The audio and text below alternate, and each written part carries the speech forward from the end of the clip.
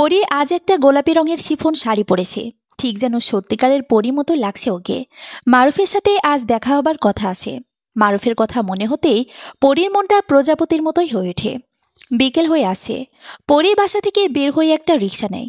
ব্রহ্মপুত্র নদটা ময়মনসিংহ শহর থেকে কাছেই, পৌঁছাতে বেশিক্ষণ লাগে না। রিক্সা থেকে নামতে দেখে মারুফ দাঁড়িয়ে আছে। ওকে দেখেই হাত নাড়ে। কাছে আসতেই মারুফ ফিসফিস করে বলে, ভীষণ সুন্দর লাগছে তোমাকে, কিন্তু এত দেরি করে আসলে? সবগুলো নৌকা তো বুকড। বর্ষা শেষে শরতের শুরু। ব্রহ্মপুত্রের দুই পারে কাশফুলের মেলা। আজ ভেজা বাতাস বইছে। দূরে কোথাও হয়তো বৃষ্টি হয়েছে। নদীতে অনেকগুলো নৌকা, সবগুলোতেই মানুষের ভিড়। এই সময়টাতে অনেকে ঘুরতে আসে এখানে।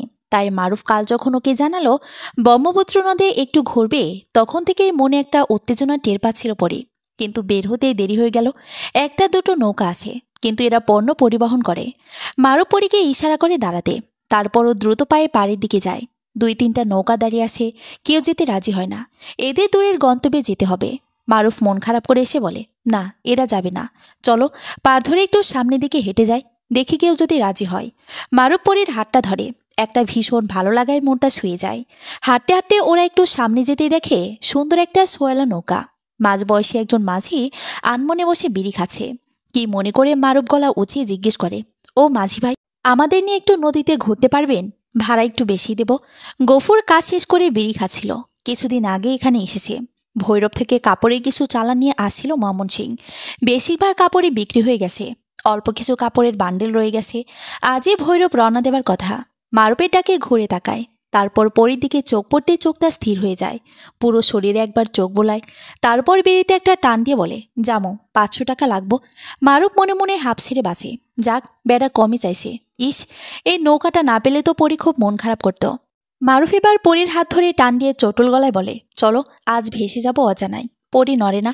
জায়গায় দাঁড়িয়ে ফিসফিস করে বলে, মারুফ, লোকটার চাহনি আমার ভালো লাগছে না। কেমন করে যেন তাকায়। মারুফ একটু থমকায়, তারপর হেসে উড়িয়ে দিয়ে বলে, কি যে বলো? ওই বেটা মাঝি তোমার দিকে তাকাবে এই সাহস আছে? তোমরা মেয়েরা সবসময় বেশি বেশি। আর এইটা আমার সহজ। এখানে কারো সাহস আছে আমার পরীর দিকে কোন নজর দেয়? পরি তাই মনে হয় ও আসলে বেশি বেশি ভাবছে। মনের দ্বিধা ঝেড়ে ফেলে পরি মারুফের হাত ধরে উঠে পড়ে নৌকায়। তার আগে অবশ্য গফুর ও সহকারী রতনকে একটা পাটাতন ফেলে দিতে বলে, যাতে ওরা সহজেই নৌকায় উঠতে পারে। নৌকায় উঠেই মারুফ বলে, মাঝি ভাই, আমরা ঘণ্টাখানেক ঘুরবো। আপনি আর আপনার সহকারী খালি নৌকা চালাবেন, বুঝেছেন তো? আর ইঞ্জিন বন্ধ করে দেন। বৈঠা দিয়ে আস্তে আস্তে চালান। গফুর একটা বোঝদারের মতো হাসি দেয়। এই বয়সের বোলা মাইয়ারা কেন নৌকায় ঘুরতে আসে সেইটা গফুর জানে। নৌকাটা চলতে শুরু করতেই পরীর মনটা ভালো হয়ে যায়। কি সুন্দর চারপাশ। অন্যান্য সময় নদীটায় পানি কম থাকে, কিন্তু এখন যেন নদীর ভরা যৌবন। পরী মারুফকে ধরে কয়েকটা সেলফি তুলে ফেলে, কিন্তু মারুফের যেন ছবিতে মন নেই, শুধু জড়িয়ে ধরার তালবাহানা করছে। পরীও চোখ পাকিয়ে বারবার পেছনে বসে থাকা মাছিদের দিকে ইশারা করে। মারুফ অসহায় চোখে একবার মাছিদের দিকে তাকায়। বেটারা আর চোখে এদিকেই তাকিয়ে আসে। না, এরা তো শান্তিমতো প্রেমও করতে দেবে না। কি মনে হতে মারুফ এবার পরীকে নিয়ে নৌকার অন্য প্রান্তে চলে যায়। তারপর একটু উঁচু হয়ে দুহাতে ভর দিয়ে নৌকার ছায়ের উপর দিয়ে উঠে পড়ে। পরী বাচ্চাদের মতো আবদার করে, আমি উঠব। ইস, উপরে তো অনেক মজা হবে, প্লিজ আমাকে উঠাও। মারুফ দোষটা একটা হাসি এসে লাফ দিয়ে নামে। তারপর হঠাৎ করেই পরীকে দুহাতে শূন্যে তুলে ধরে ছয়ের উপরে বসিয়ে দেয়। ঘটনার আকস্মিকতায় পরী লজ্জায় লাল হয়ে যায়। মারুফ এবার ওর পাশে উঠে বসতেই পরী ওর গা ঘেঁষে বসে। একটা মিষ্টি ঘ্রাণ পায় মারুফ পরীর চুলের। ওপরে উঠে বসাতে এখন আরও সুন্দর লাগছে চারপাশ। মারুফ কয়েকটা সেলফি তোলে। পরী ওর মোবাইলটা বের করে সেলফি তুলতে যেতেই মুখটা একটু বিরক্তিতে ভরে যায়। পেছনের মাঝবয়সী মাঝিটা এদিকেই দাঁড়িয়ে আছে। পাত্তা না দিয়ে কয়েকটা ছবি তোলে পরী। তারপর মারুফকে জড়িয়ে ধরে বসে গুনগুন করে গান গাইতে থাকে। গফুরের চোখটা বারবার মেয়েটার উপরেই চলে যাচ্ছিল। পাতলা শাড়ি পরেছে মেয়েটা, শরীরের ভাঁজ বোঝা যায়। শাড়ির ফাঁক ফোকর দিয়ে মাঝে মাঝে শরীর দেখা যাচ্ছে। একটা শিহরণ টের পায় গফুর। পেছন থেকে লোলুপ দৃষ্টিতে মেয়েটার দিকে তাকিয়ে থাকে গফুর। মনের ভেতর পুরনো একটা সাপ যেন মাথা চাড়াতে উঠতে থাকে। পরি বারবার তাড়া দিচ্ছে ফিরে যাবার জন্য। সন্ধ্যা প্রায় হয়ে এলো। মারুফ যেন শুনছে না, বারবার বলছে আর একটু থাকি। আসলে পরীকে এমন করে কাছে পাওয়া হয়নি আগে, তাই ছাড়তে মনেই যাচ্ছে না। কিন্তু মাগরিবের আজানটা পড়তেই মারুফের হুঁশ ফিরে। চারদিকটা কেমন নিলিবিলি হয়ে পড়েছে। আশেপাশে কোনো নৌকা দেখা যাচ্ছে না। মারুফ পেছন ঘুরে মাঝিকে বলে নৌকা ঘুরিয়ে ওদের পাড়ে নামিয়ে দিতে। অনেকটা দূর চলে আসে ওরা। গফুর এবার হাতের বৈঠাটা রেখে রতনকে বলে ইঞ্জিন স্টার্ট দিতে। ইঞ্জিন স্টার্ট হতেই গফুর ধীরে ধীরে নৌকাটা ঘুরিয়ে নেয়। তারপর সামনে এগিয়ে যেতে থাকে। গফুর আর চোখে দেখে সিঁড়িটা মেয়েটার মুখের কাছে টেনে নিচ্ছে। কি যেন হয় গফুরের ভেতর। ঘোর লাগা চোখে তাকিয়ে থাকে। তারপর হঠাৎ করেই উঠে দাঁড়ায়। ইশারায় ওর সহযোগী রতনকে বলে নৌকার হাল ধরতে। রতন বুঝতে পারে না ওস্তাদের হঠাৎ কি হইল। গফুর নৌকার পাটাতনের ওপর রাখা লম্বা একটা বাঁশ আলগোছে তুলে নিয়ে পা টেপে টেপে সোয়ের কাছে আসে। ছেলেটার কোনো হুঁশই নেই। পেছনের দিকে গফুর এবার বাঁশটা দিয়ে সজোরে ছেলেটার মাথায় বাড়ি দিতেই একটা ভোঁতা শব্দ হয়। কাত হয়ে ছেলেটা নদীতে পড়ে যায়। একটা আর্তচিৎকার বের হয়ে আসে পরীর মুখ থেকে। মারুফ হঠাৎ করে নদীতে পড়ে গেল। ও তো সাঁতার পারে না। ভয়ার্তক চোখ দেখে সেই মাঝবয়সী মাঝিটার হাতে একটা লম্বা বাঁশ, চোখে হিংস্র দৃষ্টি। পরী কিছু বুঝে ওঠার আগে লোকটা এক লাফে ছইয়ের উপর উঠে বসে। হিংস্র সাপদের মতো পরীর কাছে এসে হ্যাঁচকাটা নিয়ে ওকে নিচে নামিয়ে ফেলে। তারপর একটানে ছইয়ের ভিতরে নিয়ে ফেলে। পরী এত ভয় পেয়েছে যে ওর হাত পায়ে যেন কোনো শক্তিই নেই। কেমন একটা অবশ্যই আছে। ভয়ের চোটে মুখ দিয়ে শব্দ বের হচ্ছে না। বিস্ফোরিত চোখে তাকে দেখে লোকটা একটা মিষ্টি হাসি এসে ওর দিকে এগিয়ে আসে। পরী শুধু মনে হয় মারুফকে এতক্ষণে নদীতে তলিয়ে গেছে। মারুফ মরে গেলে ওর তো বেঁচে থাকার কোনো মানেই হয় না। রতন হতবাক হয়ে ওস্তাদের কাজ দেখছিল এতক্ষণ। লোকটা এমন নিষ্ঠুর আগে বোঝেনি। সোয়ের ভেতরে কি হচ্ছে বুঝতে পারে রতন। কেমন একটা আনন্দ হয় ওর। কিছুক্ষণ পর গফুর যখন সোয়ের ভিতর থেকে বের হয়ে আসে তখন কেমন একটা ঘোর লাগা চোখে রতনের দিকে তাকিয়ে বলে, যা তুই একটু ফুর্তি করে আয়। রতন আর কথা বাড়ায় না। নৌকার হালটা ওস্তাদ দিয়ে বুঝিয়ে দিয়েই দ্রুত সোয়ের ভিতরে চলে আসে। ভেতরে ঢুকতে দেখে মেয়েটার এলোমেলো শরীর। রতনের মাথা খারাপ হয়ে যায়। তখনই মেয়েটার উপর ঝাঁপিয়ে পড়তে যেতেই হঠাৎ করেও থেমে যায়। কি যেন একটা জিনিস অস্বাভাবিক লাগছে। মেয়েটার চোখ দুইটা বড় বড় করে উপরের দিকে তাকিয়ে আছে। বুকের নিঃশ্বাসের কোনো ওঠানামা নেই। রতন এবার ভয় পায়। একটা হাত দিয়ে মেয়েটার নাকের কাছে ধরে। নিঃশ্বাস পড়ছে না। মেয়েটার গলায় হাত চেপে বসার চিহ্ন। রতন ছিটকে পাশে সরে আসে। মায়াডাটো মরে গেছে। একটা ভয় গ্রাস করে এবার রতনকে। কোনো মতে সোয়ের ভেতর থেকে বের হয়ে তোতলানো গলায় বলে, ওস্তাদ, মায়াটা তো মরে গেছে। গফুর একটা ঘোর লাগা চোখে তাকিয়ে থাকে। তারপর ভাবলিসীন গলায় বলে, রাত বারুক, লাশটা নদীতে ফালাই দিমু তখন। তুই এক কাজ কর, মায়াডারে কাপড় দেয়া ঢাইকা রাখ, আর সোয়ের পর্দাটা টাইনা দে ভালো কইরা। রতন আর কথা বাড়ায় না। ভাবি কি ভয়ঙ্কর মানুষ ওর এর গফুর ওস্তাদ। কি যে এক প্যাচে পড়ল। রতন এবার সোয়ের ভেতরে ঢুকে মেয়েটার একটা কাপড় দিয়ে ঢেকে দেয়। সোয়ের পর্দাটা টেনে দিয়ে বের হয়ে যেতে মেয়েটার ব্যাগের দিকে নজর পড়ে। দ্রুত হাতে ব্যাগটা খোলে। ভেতরে কিছু টাকা আছে। পকেটে ভরে নেয় রতন। হঠাৎ একটা কথা মনে হয়, মায়াটার মোবাইলটা কই। খুঁজতে খুঁজতে নৌকার শেষ মাথায় পাটাতনের ওপর মোবাইলটা পেয়ে যায়। দামি মোবাইল। রতন মোবাইলটা বন্ধ করে প্যান্টের পকেটে ঢুকায় ফেলে। ওস্তাদদের বলা যাবে না। ত্রিশালের কাছে যখন এসে পৌঁছে তখন গফুর নৌকাটা থামায়। তারপর রতনকে ইশারা করে সোয়ের ভিতরে আসতে। দুইজনে মিলে পরীর লাশটা টেনে নৌকার কিনারে নিয়ে আসে। তারপর আশেপাশে আরেকবার ভালো করে দেখে নিয়ে ধাক্কা দিয়ে লাশটা ফেলে যেতেই রতন নিচু গলায় বলে, ওস্তাদ, মায়াটার পায়ে ওই কলসিটা বাঁধা দে, তাহলে সহজে লাশ ভাইসে উঠব না।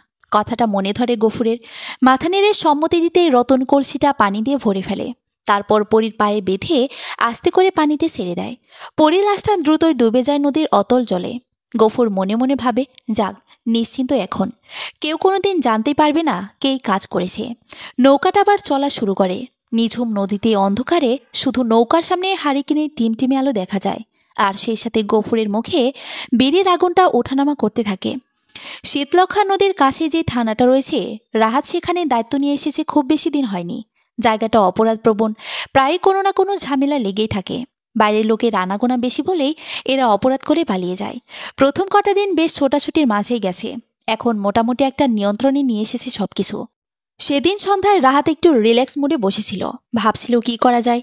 বহুদিন কোনো চ্যালেঞ্জিং কেস হাতে নেয়নি। কেস কঠিন না হলে মজা নেই। ভাবতে ভাবতে রাহাত ওর সহকারী হাফিজকে ডাকে। আচ্ছা হাফিজ, এই থানাতে এমন কোনো ভয়ঙ্কর কেস আছে যেটা কিনা কেউ মীমাংসা করতে পারে নাই? হাফিজের মুখে একটা হাসি দেখা যায়। স্যারের আবার সেই পুরনো রোগ দেখা দিয়েছে। মাথা নেড়ে বলল, স্যার, ভয়ঙ্কর কেস বলতে আমরা মার্ডার কেস বুঝি। আর যদি বলেন আরও ভয়ঙ্কর, তাহলে রেপ কেস সাথে মার্ডার। আমি আপনাদের কয়েকটা কেসের ফাইল দিয়ে যাচ্ছি। সেগুলোই সবে অমীমাংসিত। রাহাত টেবিলে একটাই খাতায় কিছু আঁকিবুকি করছিল। মুখ না তুলেই ছোট্ট করে বলে, দিয়ে যাও। আজ বারবার জাদুকর চিত্রকর আহমেদ নকিবের কথা মনে পড়ে যাচ্ছে। কি ভয়ঙ্কর একটা লোক ছিল, তাকে ধরতে কত কষ্টই না হয়েছিল। এই যখন ভাবছে হাফিজ, তখন কয়েকটা ফাইল এনে ওর সামনে রাখে। রাহাত এবার সিরিয়াস ভঙ্গিতে টানটান হয়ে বসে ফাইলগুলো তোলে। প্রথমটা একটা খুনের মামলা, কয়েক বছর আগে হয়েছে। খুনের মোটিভ জানা যায়নি, ধারণা করা হচ্ছে পরিবারের কেউ হয়তো করেছে, কিন্তু কোনো প্রমাণ পায়নি পুলিশ। এরপরের কেসগুলো খুনের, তবে সেখানে আসামি চিহ্নিত হয়েছে, কিন্তু পলাতক। ফাইলগুলো উল্টাতে উল্টাতে শেষ একটা ফাইলে চোখটা আটকে যায়। নীলুফার নামে একটা মেয়ের রেপ কেস, সাথে খুনের কেস। রাহাত কেসের তারিখটা দেখে, ঠিক বছরখানেক আগের ঘটনা। এমন এক শরতের শুরুর দিকে শীতলক্ষা নদীতে মেয়েটার লাশ পাওয়া যায়। ময়না তদন্তে দেখা যায় মেয়েটা রেপ হয়েছে, গলা চেপে ধরার ফলে শ্বাস বন্ধ হয়ে মারা যায়। কিন্তু এই চাঞ্চল্যকর ঘটনার সামান্যতম ক্লু পাওয়া যায়নি। যতটুকু জানা গেছে, মেয়েটা একটা গার্মেন্টসে কাজ করত। নদীর ওই পারে বাড়ি। গার্মেন্টস শেষ করে ফিরতে প্রায় রাত হতো। নৌকা দিয়ে নদী পার হলে শর্টকাট হতো। ধারণা করা হয় সে রাতে মেয়েটা কোনো ভবঘুরের পাল্লায় পড়েছিল, যে কিনা রেপ করে মেয়েটা নদীতে লাশ ফেলে দেয়। রাহাতের মনটা বিষণ্ণ হয়ে যায়। কোন মায়ের বুকটা খালি হয়ে গেল। অপরাধী ঠিক ফুর্তিতে জীবন কাটাচ্ছে, অথচ আরেকটা রেপ করার সুযোগ খুঁজছে। না, ভাবতে পারে না আর। মাথাটা কেমন ঝিমঝিম করছে। এই কেসটা নিয়েও আবার তদন্ত শুরু করবে। এ ধরনের অপরাধীরা না ধরা পড়লে এরা বারবার একই অপরাধ করবে। পরদিন সন্ধ্যার পর রাহাত হাফিজকে নিয়ে শীতলক্ষা নদীর সেই জায়গাটায় যায়, যেখান দিয়ে নীলুফার নামের মেয়েটা নিয়মিত যাতায়াত করত। পুরাতন কয়েকজন মাঝির সাথে কথা হয়। নীলুফারের ছবিটা দেখে চিনতে পারে সে সময় পুলিশ খুব ঝামেলা করেছিল এই এলাকার মাঝিদের সাথে। অনেকে ভয়ে ঘাট ছেড়ে চলেও গিয়েছিল তখন। রাহাত আশেপাশে খেয়াল করে, নদীর পাড়ে অনেক ভবঘুরে থাকে, আজও আসে। রাত বাড়লে জায়গাটা আরও এত নিরাপদ থাকার কথা না।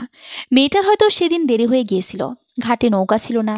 অপেক্ষা করতে যেয়ে হয়তো কোনো ভবঘুরের পাল্লায় পড়েছিল। না, যেই কাজ করেছে সে নিশ্চয়ই এখানে নেই। আবার ফিরেও আসতে পারে, কারণ কেসটা নিয়ে তো আর নাড়াচাড়া হয়নি। দেখা যাক, একটা পুলিশের সোর্স লাগিয়ে রাখতে হবে এই এলাকাটায়। সেদিন রাস্তায় বাসায় ফিরে রাতের খাবার খেয়ে রাহাত মাত্রই টিভিতে জিওগ্রাফি চ্যানেলটা খুলেছে। সাথে সাথে করবি এসে চ্যানেল চেঞ্জ করে একটা বাংলা খবরের চ্যানেল খোলে। গম্ভীর মুখে বলে, দেখেছো, ব্রহ্মপুত্র নদে একটা মেয়ের লাশ পাওয়া গেছে। জেলেদের জালে নাকি লাশটা ভেসে উঠেছে। কি সুন্দর মেয়েটা, কে মারল মেয়েটাকে। রাহাতের মনটা খারাপ হয়। নীলুফার নামের মেয়েটার কথা মনে হয়ে যায়। আচ্ছা, এই মেয়েটার লাশও তো নদীতে পাওয়া গেছে। একটু চিন্তা করে, তারপর মনোযোগ দিয়ে খবরটা দেখে। সুসাইড কেস নাকি এটা একটা খুন? ঘটনাটা ত্রিশাল থানার অধীনে। একটু ভাবতেই মনে পড়ে যায় ওখানে তো ওর জুনিয়র মনোরঞ্জন আছে। রাহাতকে খুব শ্রদ্ধা করে। কি মনে হতে রাহাত ফোন দিতেই ওপাশ থেকে একটু ব্যস্ত গলা পাওয়া যায়। রাহাত ভাই, ঝামেলায় আসি। টিভিতে নিশ্চয়ই দেখছেন, কোনো জরুরি কিছু ছিল? রাহাত বোঝে মনোরঞ্জন এখন দৌড়ের ওপর আছে, তাই দ্রুতই কথা সারে। মনোরঞ্জন, খোলা চোখে কি হয়েছে? খুন না আত্মহত্যা? মনোরঞ্জন ওপাশ থেকে নিশ্চিত গলায় বলে, এটা খুন 100%। কারণ মেয়েটার গলায় জোরে চেপে ধরার চিহ্ন আছে। দেখে মনে হচ্ছে রেপও হয়েছে। সাংবাদিকরা পাগল করে ফেলবে কাল। রাহাতের মুখটা গম্ভীর হয়ে যায়। বলে, আচ্ছা তুমি চাপ সামলাও, আর আমাকে সময় পেলে আপডেট জানিও। ফোনটা রেখে হঠাৎ রাহাতের মনে হয় এই মেয়েটার গলাতে চেপে ধরার চিহ্ন। এই মেয়েটার লাশও পাওয়া গেছে নদীতে। মনে হচ্ছে রেপও হয়েছে। পুরোটা যেন নীলুফার মেয়েটার কেস।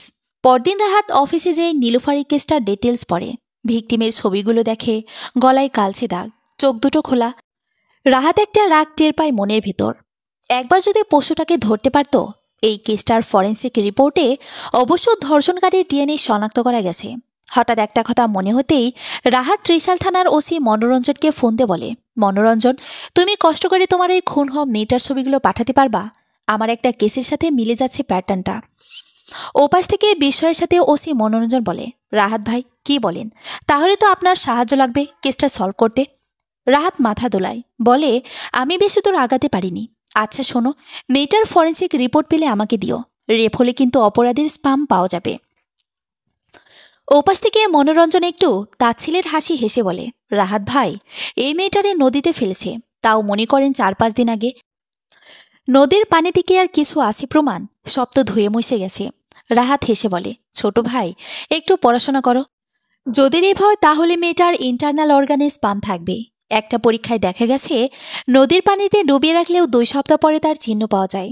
এমনকি পরনের কাপড় যদি শিফন বা পলিস্টার হয়, তাহলে তাতে লেগে থাকলে তারও চিহ্ন পাওয়া যাবে 16 দিন পর্যন্ত। মনোরঞ্জন এবার একটু লজ্জা পায়। ও ভুলেই গিয়েছিল রাহাত ভাই কত উঁচুমানের পুলিশ অফিসার, অনেক পড়াশোনা করেন। লজ্জিত গলায় বলে, আপনি তো গরু মানুষ, কত কিছু শিখলাম, আচ্ছা, আমি ফরেন্সিক রিপোর্ট পাঠিয়ে দেব, আর ভিকটিমের ছবি। এর কিছুদিন পর মনোরঞ্জন যখন পুরো রিপোর্টটা পাঠায় তখন রাহাত চমকে ওঠে। এই ভিকটিমের নাম পরি। পরির মতো সুন্দর ছিল মেয়েটা। মেয়েটার গলার ডাকটা হুবহু যেন নীলুফার নামের মেয়েটার গলার দাগের সাথে মিলে যাচ্ছে। এই মেয়েটাও রেপ্ট হয়েছে এবং গলার চাপের ফলে শ্বাসরোধ করে মারা হয়েছে। একদম একই প্যাটার্নের খুন। রাহাত এবার একটু একটু করে বুঝতে পারে কি ভয়ঙ্কর এক সাইকোপ্যাথ ঘুরে বেড়াচ্ছে স্বাধীনভাবে। পরীক্ষণের অপরাধের ডিএনএ রিপোর্টটা এখনো হাতে আসেনি। নিশ্চিত হওয়া যাচ্ছে না খুন দুটি একই মানুষ করেছে কিনা। যদি দুটো খুন একই লোক করে থাকে তাহলে না জানি এর আগে আরো কতগুলো খুন হয়েছে। না, এরপর আরেকটা খুনও হতে দেবে না রাহাত। একে ধরেই ছাড়বে। সেদিন রাহাত এসপি অফিসে বিশেষ একটা অনুমতি চায়। কেসটা তদন্ত করতেও ত্রিশাল যাবে। এই কেসটা এখনও তাজা। ভালো মতো তদন্ত করলে নিশ্চয়ই খুনি সম্পর্কে কিছু না কিছু তথ্য পাওয়া যাবে। রাহাত অনুমতিটা পায়।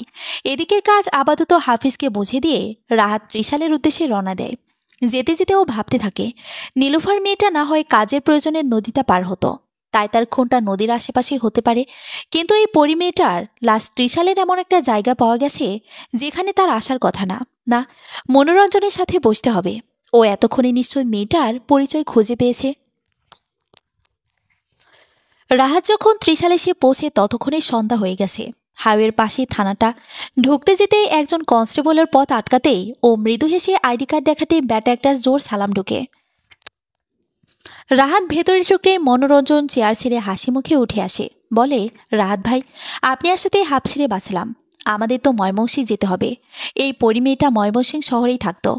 ঘটনার দিন মেয়েটা তার বয়ফ্রেন্ড মারুফের সাথে ব্রহ্মপুত্র নদে ঘুরতে এসেছিল। তারপর থেকে এরা নিখোঁজ। রাহাত ভাই, মেয়েটার বয়ফ্রেন্ড মারুফও খুন হয়েছে। তার লাশও কয়দিন আগে পাওয়া গেছে। দুজনের ফোন নাম্বার নদীর আশেপাশে অ্যাক্টিভ ছিল। ছেলেটার ফোন আগে বন্ধ হয়, মেয়েটার ফোনের ঘণ্টাখানেক পরে। তার মানে ওরা মেয়েটাকে রেপ করে পরে মেরে নদীতে ফেলে দেয়। রাহাতের পিঠ বেয়ে একটা শীতল স্রোত বেয়ে যায়। Double murder. আর এই ঘটনাটাও নদীর কাছে। রাহাতের মনে সন্দেহ বাড়তে থাকে। নীলুফার আর এই ডাবল মার্ডারে খুনি একই মানুষ। কি মনে হতে রাহাত ঢাকায় হাফিজকে ফোন করে একটা কাজ দেয়। দেখা যাক সন্দেহটা সত্যি হয় কিনা।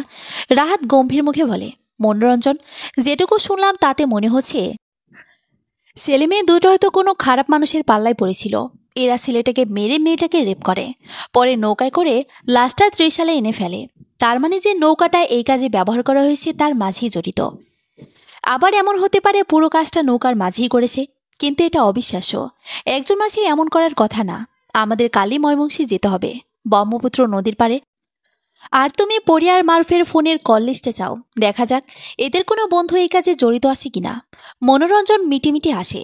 রাহাত ভাই যে কতটা কাজ পাগল ও মানুষও জানে। আসা অব্দি এক কাপ চাও খায়নি। মনোরঞ্জন চায়ের অর্ডার করে বলে, রাহাত ভাই, আপাতত এক কাপ চা খান, সাথে গরম সিঙ্গারা দিচ্ছি। চায়ের কথায় রাহাতের মনে হয় আসলে তো চায়ের দারুণ টেস্টটা পেয়েছে। চা আসতেই রাহাত চায়ে চুমুক দিতে দিতে বলে, আচ্ছা, ক্রাইম সিন থেকে পাওয়া আলামতগুলো একটু আনতে বলো তো। ওসি মনোরঞ্জন মনে মনে একটু ক্ষুব্ধ হয়। আরে এই কেস তো ওর। রাহাত ভাই এমন করছে যেন ওর আগে খুনের কেস সামলায়নি। মনোরঞ্জন দায়সারাভাবে একজনকে আলামতগুলো আনতে বলে। একটা অ্যালুমিনিয়ামের কলসি, দড়ি বাঁধা, ভিকটিমের শাড়ি। রাহাত চায়ের কাপে শেষ চুমুক দিয়ে তাকিয়ে থাকে। ভালো করে কলসি আর দড়িটা দেখে। তারপর বলে, মনোরঞ্জন, মানুষ কি খুন করার আগে কলসি সাথে নিয়ে ঘুরে? এই প্রশ্নে মনোরঞ্জন পুরোই ভ্যাবাচাকা খেয়ে যায়। এটা তো মাথায় আসেনি। এর বোকা বোকা চেহারের দিকে তাকিয়ে রাহাত আবার বলে, তার মানে ভিকটিমকে কলসি সাথে রাখতে হয়। কারা কলসি রাখে সাথে? আমি যতদূর জানি যারা দুধ বিক্রি করে তারা এই ধরনের কলসি নিয়ে দৌড়ে বেড়ায়। আর শীতের দিনে যারা খেজুরের রস বিক্রি করে। আমাদের আসলে এই ময়মনসিংহ যেতে হবে সবটা জানতে। ময়মনসিংহ পুলিশ সুপারের অফিস। এসপি হারুনুর রশিদ সাহেব রাহাতকে নিজের কামরায় আলাদা করে ডেকে নিয়ে বলেন, রাহাত, তুমি এসেছে দেখে খুব ভালো লাগছে। তুমি তো আমাদের একটা গর্ব। এই ডাবল মার্ডার তদন্তে তোমাকে স্থানীয় পুলিশ সর্বাত্মক সাহায্য করবে। কোথাও কোনো সমস্যা পড়লে আমাকে জানিও। রাহাত একটা চাপ অনুভব করে। ওর ওপর মানুষটা এত ভরসা করছে, কিন্তু এখনও তো জানেই না খুনিকে। রাহাত বিনয়ের সাথে বলে, স্যার, আমি আমার যথাসাধ্য চেষ্টা করব। এরপর রাহাত ময়মনসিংহ সদর থানার ওসি শাহাবুদ্দিন আর ত্রিশালের মনোরঞ্জনকে নিয়ে বসে। পুরো ঘটনাটা ওরা ভালো করে সাজিয়ে নেয়। কিন্তু একটা জায়গায় এসে অনিশ্চয়তা দেখা দেয়। পরিয়ার মারুফ কি সেদিন কোনো নৌকায় উঠেছিল কিনা। নাকি নৌকায় ওঠার আগেই ঘটনাটা হয়? ব্যাপারটা নিশ্চিত হতে রাহাতের নির্দেশে সেদিন শহরের পাশে ব্রহ্মপুত্র নদীর পাড়ে সব মানুষ নৌকার মাঝিদের জিজ্ঞাসাবাদের ব্যবস্থা করা হয়। কয়েকটা টিম পরি আর মারুফের ছবি দেখিয়ে জিজ্ঞেস করতে থাকে কেউ ওদের দেখেছে কিনা। বিকেলের দিকে রাহাত ওসি শাহাবুদ্দিনকে বলে, আমি একটু ব্রহ্মপুত্র নদী ঘুরতে চাই, একটু ব্যবস্থা করতে পারবে? ওসি শাহাবুদ্দিন একটু বিরক্ত হয়। ইনি কি এখানে ঘুরতে আসছে নাকি? মুখে অবশ্য কিছু বলে না। এসপি সাহেব আবার ওনাকে খুব স্নেহ করে। সাব ইন্সপেক্টর রুকসানাকে ডেকে বলেন রাহাতকে নিয়ে বিকেলে একবার যেন ব্রহ্মপুত্র নদের পাড়ে ঘুরে আসে। রুকসানা মনে মনে উত্তেজনা বোধ করে। রাহাত স্যারের এত নাম শুনেছে, এই ফাঁকে কিছু টিপস জেনে নিবে। বিকেলে ওরা যখন ব্রহ্মপুত্র নদের পাড়ে আসে ততক্ষণে চারিদিক বেশ জমজমাট। একটা সুন্দর সোয়ালা নৌকায় রুকসানাকে নিয়ে রাহাত ওঠে। মাঝি নৌকাটা ছাড়তে একটা ঠান্ডা বাতায় ঝাপটা দেয়। রাহাত রুকসানার সাথে টুকটাক গল্প করে। মেয়েটার কথাবার্তায় বোঝা যায় যে ওকে খুব শ্রদ্ধা করে।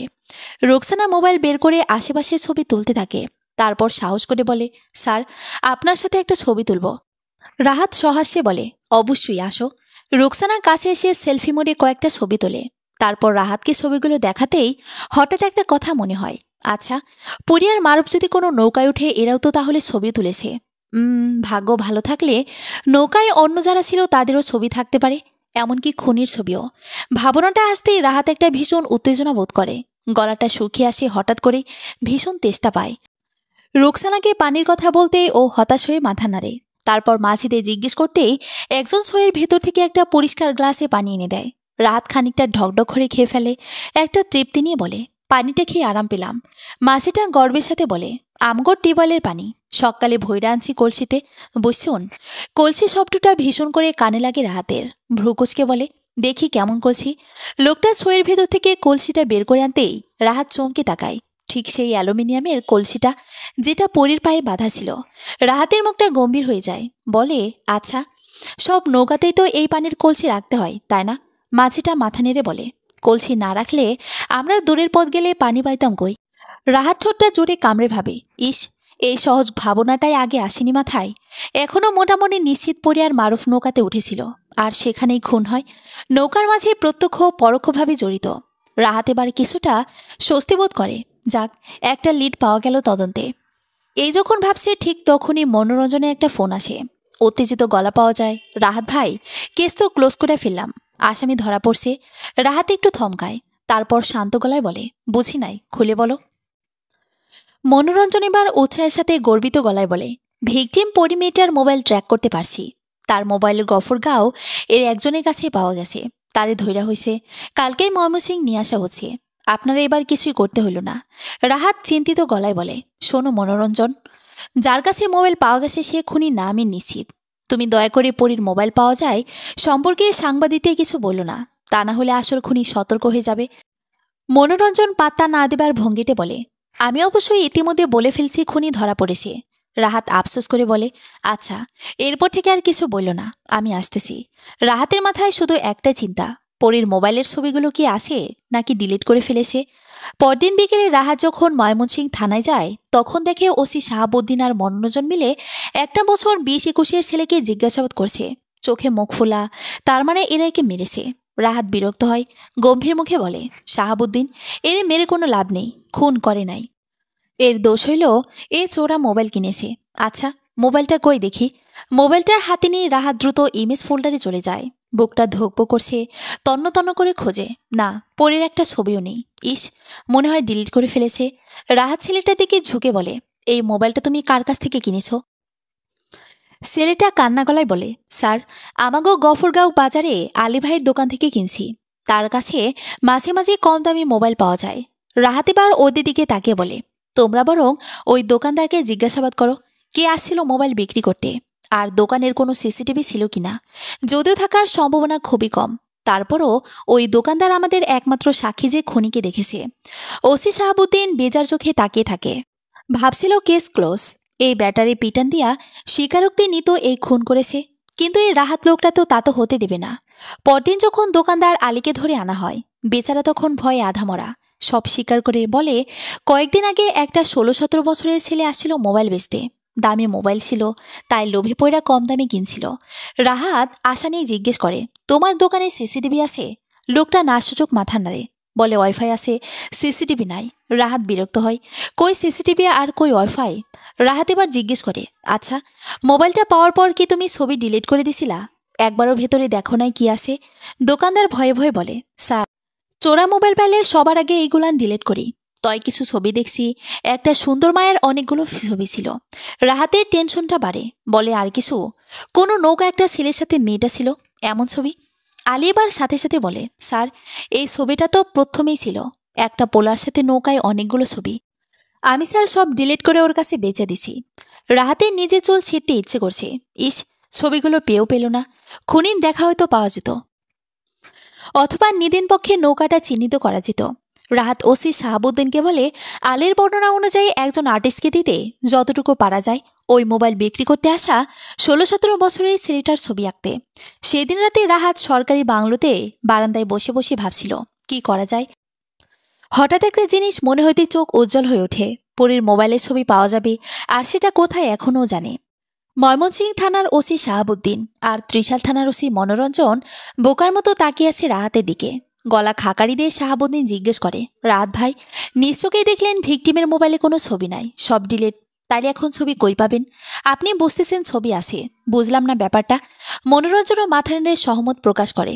রাহাত মুস্কি এসে বলে, শোনেন, যুগ অনেক এগিয়ে গেছে। ভিকটিম পরির মোবাইলটা অ্যান্ড্রয়েড ফোন।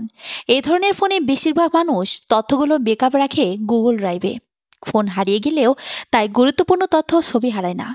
মনোরঞ্জনের চোখ চকচক করে ওঠে, উত্তেজিত গলায় বলে, এইটা কি শোনালেন রাহাত ভাই?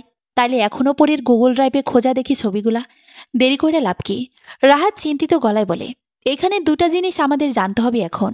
এক, পরীর জিমেল অ্যাড্রেস আর তার পাসওয়ার্ড। জিমেল অ্যাড্রেসটা না হয় পরীর বন্ধুবান্ধব কলিগের কাছ থেকে জানা যাবে, কিন্তু পাসওয়ার্ড? ওসি শাহাবুদ্দিন হতাশ চোখে তাকিয়ে থাকে, বলে, পাসওয়ার্ড ঢাকার আমাদের সাইবার ডিপার্টমেন্ট বাইর করে দিতে পারবো না। রাহাত মাথা নেড়ে বলে, পারবে, একটু হয়তো সময় লাগবে, কিন্তু আমি ভাবছি সহজ কোনো উপায় আছে কিনা। আচ্ছা শাহাবুদ্দিন, পরী তো একটা বেসরকারি অফিসে কাজ করতো, ওখানকার ঠিকানাটা দাও তো। শাহাবুদ্দিন একটু বিভ্রান্ত হয়, পরীর অফিসের ঠিকানা দিয়ে ইনি কী করবেন? অফিসের লোক কি পাসওয়ার্ড জানে? গ্রিন অ্যান্ড ফ্রেশ কোম্পানির অফিসে ঢোকার পরে পরীর একটা ছবি টানানো দেখতে পায়, নিচে লেখা জাস্টিস ফর পরী। রাহাত মনে মনে আরেকবার উচ্চারণ করে, অবশ্যই ওই নরপশুকে না ধরে এক মুহূর্তের জন্য থামবে না ও। আজও রাহাতের সাথে এসআই রুকসানা এসেছে। মেয়েটার তদন্ত কাজ শেখার খুব আগ্রহ, ভালো লাগে রাহাতের। গ্রিন অ্যান্ড ফ্রেশ কোম্পানির কর্ণধার সাজ্জাদ হোসেন নিজে সে ওদের ওপরের অফিস ঘরে নিয়ে যান। পরীর ঘটনায় ভদ্রলোক ভীষণ দুঃখ প্রকাশ করেন, বলেন তাদের গ্রিন অ্যান্ড ফ্রেশ কোম্পানি বাংলাদেশের সতেজ শাকসবজি থেকে শুরু করে মাছ, দেশি ফলসহ নানা ধরনের পণ্য সরবরাহ করে। পরী মার্কেটিং সাইটটা দেখত। রাত সব শুনে বলে, আপনার ছোট্ট একটা সাহায্য দরকার। পরী যে কম্পিউটার ব্যবহার করত সেটা একটু আপনার আইটিকে বলেন পরীর আইডি ব্যবহার করে লগ ইন করতে। সাধারণত আমরা যে ডিভাইসগুলো ব্যবহার করি সেগুলো অটোমেটিক লগ ইন হয়ে যায়। সেক্ষেত্রে আমরা পরীর কম্পিউটার থেকে ওর গুগল ড্রাইভে ঢুকতে পারবো, যা এই কেসের জন্য খুবই গুরুত্বপূর্ণ। সাজ্জাদ হোসেন মাথা নেড়ে বলেন, আপনি তো একদম ঠিক বলেছেন। আমি আমার কম্পিউটারের জিমেল সবসময় লগ ইন করে রাখি। আমি এখনই বলে দিচ্ছি, আপনি বসুন। কিছুক্ষণের মধ্যেই পরীর অফিসিয়াল ল্যাপটপটা চলে আসে। রাতের টেনশনটা বাড়তে থাকে, মনে মনে প্রার্থনা করে পরীর জিমেলটা যেন লগ ইন থাকে। আইটি ডিপার্টমেন্টের ছেলেটা পরীর ল্যাপটপ খুলে সরাসরি গুগল পেজটা ওপেন করতেই রাহাতের দম বন্ধ হয়ে যায়। পেজটার জিমেল বক্সে মেল আসার সংখ্যাগুলো দেখাচ্ছে, তার মানে অটো লগ ইন হয়েছে। উফ, একটা বিশাল স্বস্তির নিঃশ্বাস ফেলে রাহাত। এবার নিজেই বসে যায়, দ্রুত গুগল ড্রাইভে ঢুকে পড়ে। বুকটা কেমন যেন ধকপক করছে। ছবিগুলো আছে তো? পরীর ব্যাকআপ সিস্টেম চালু রেখেছিল তো? ডাটা বা ওয়াইফাইয়ের অপশন কোনটা দেওয়া ছিল? রাহাত রীতিমতো ঘামতে থাকে। কাপা হাতে ক্লিক করতেই অনেকগুলো ফোল্ডার চলে আসে। রাহাত দ্রুত ক্লিক করতে থাকে ফোল্ডারগুলোই, না নেই।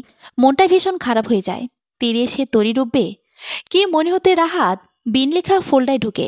উপরে লাল অক্ষরে লেখা 30 দিনের মাঝে ছবিগুলো স্থায়ীভাবে এই ফোল্ডার থেকে ডিলিট হয়ে যাবে। রাত দ্রুত মনে মনে হিসেব কষে, না, এখনও কিছুদিন বাকি আছে। পরী খুন হওয়ার পর এখনও 30 দিন হয়নি।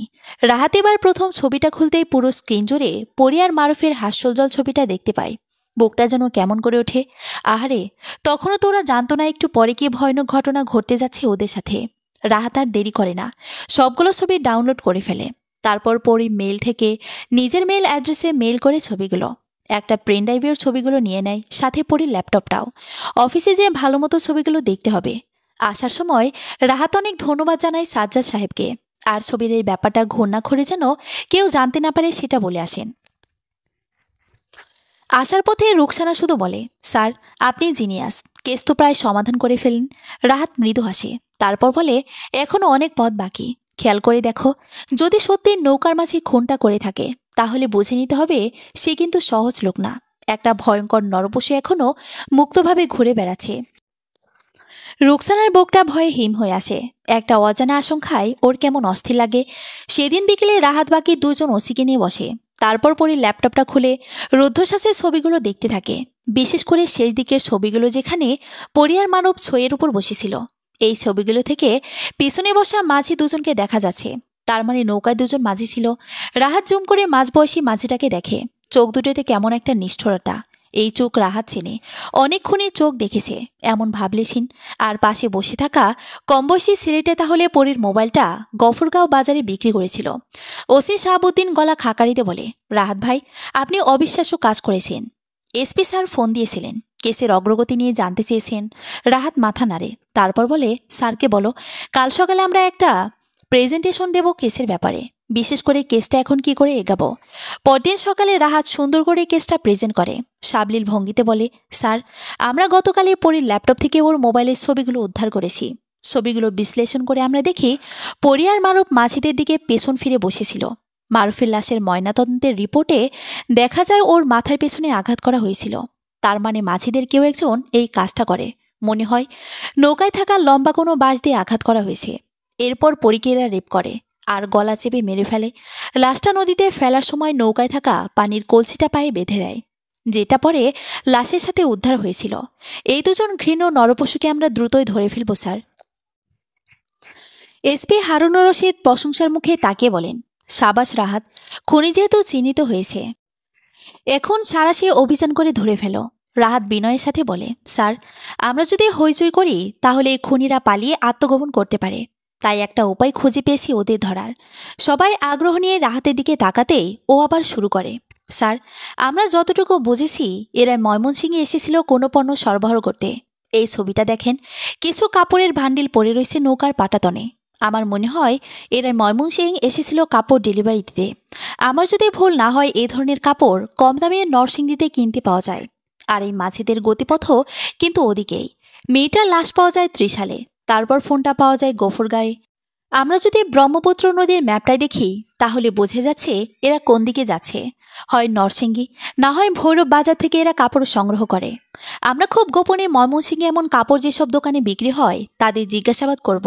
তারা এই মাঝিদের চিনতে পেরে থাকতে পারে। তবে বোঝা যাচ্ছে এরা সব ছোট দোকানের কাস্টমার। একবার এই খুনিদের নাম পরিচয় জানতে পারলে আমরা ওদের সহজে ধরে ফেলতে পারবো।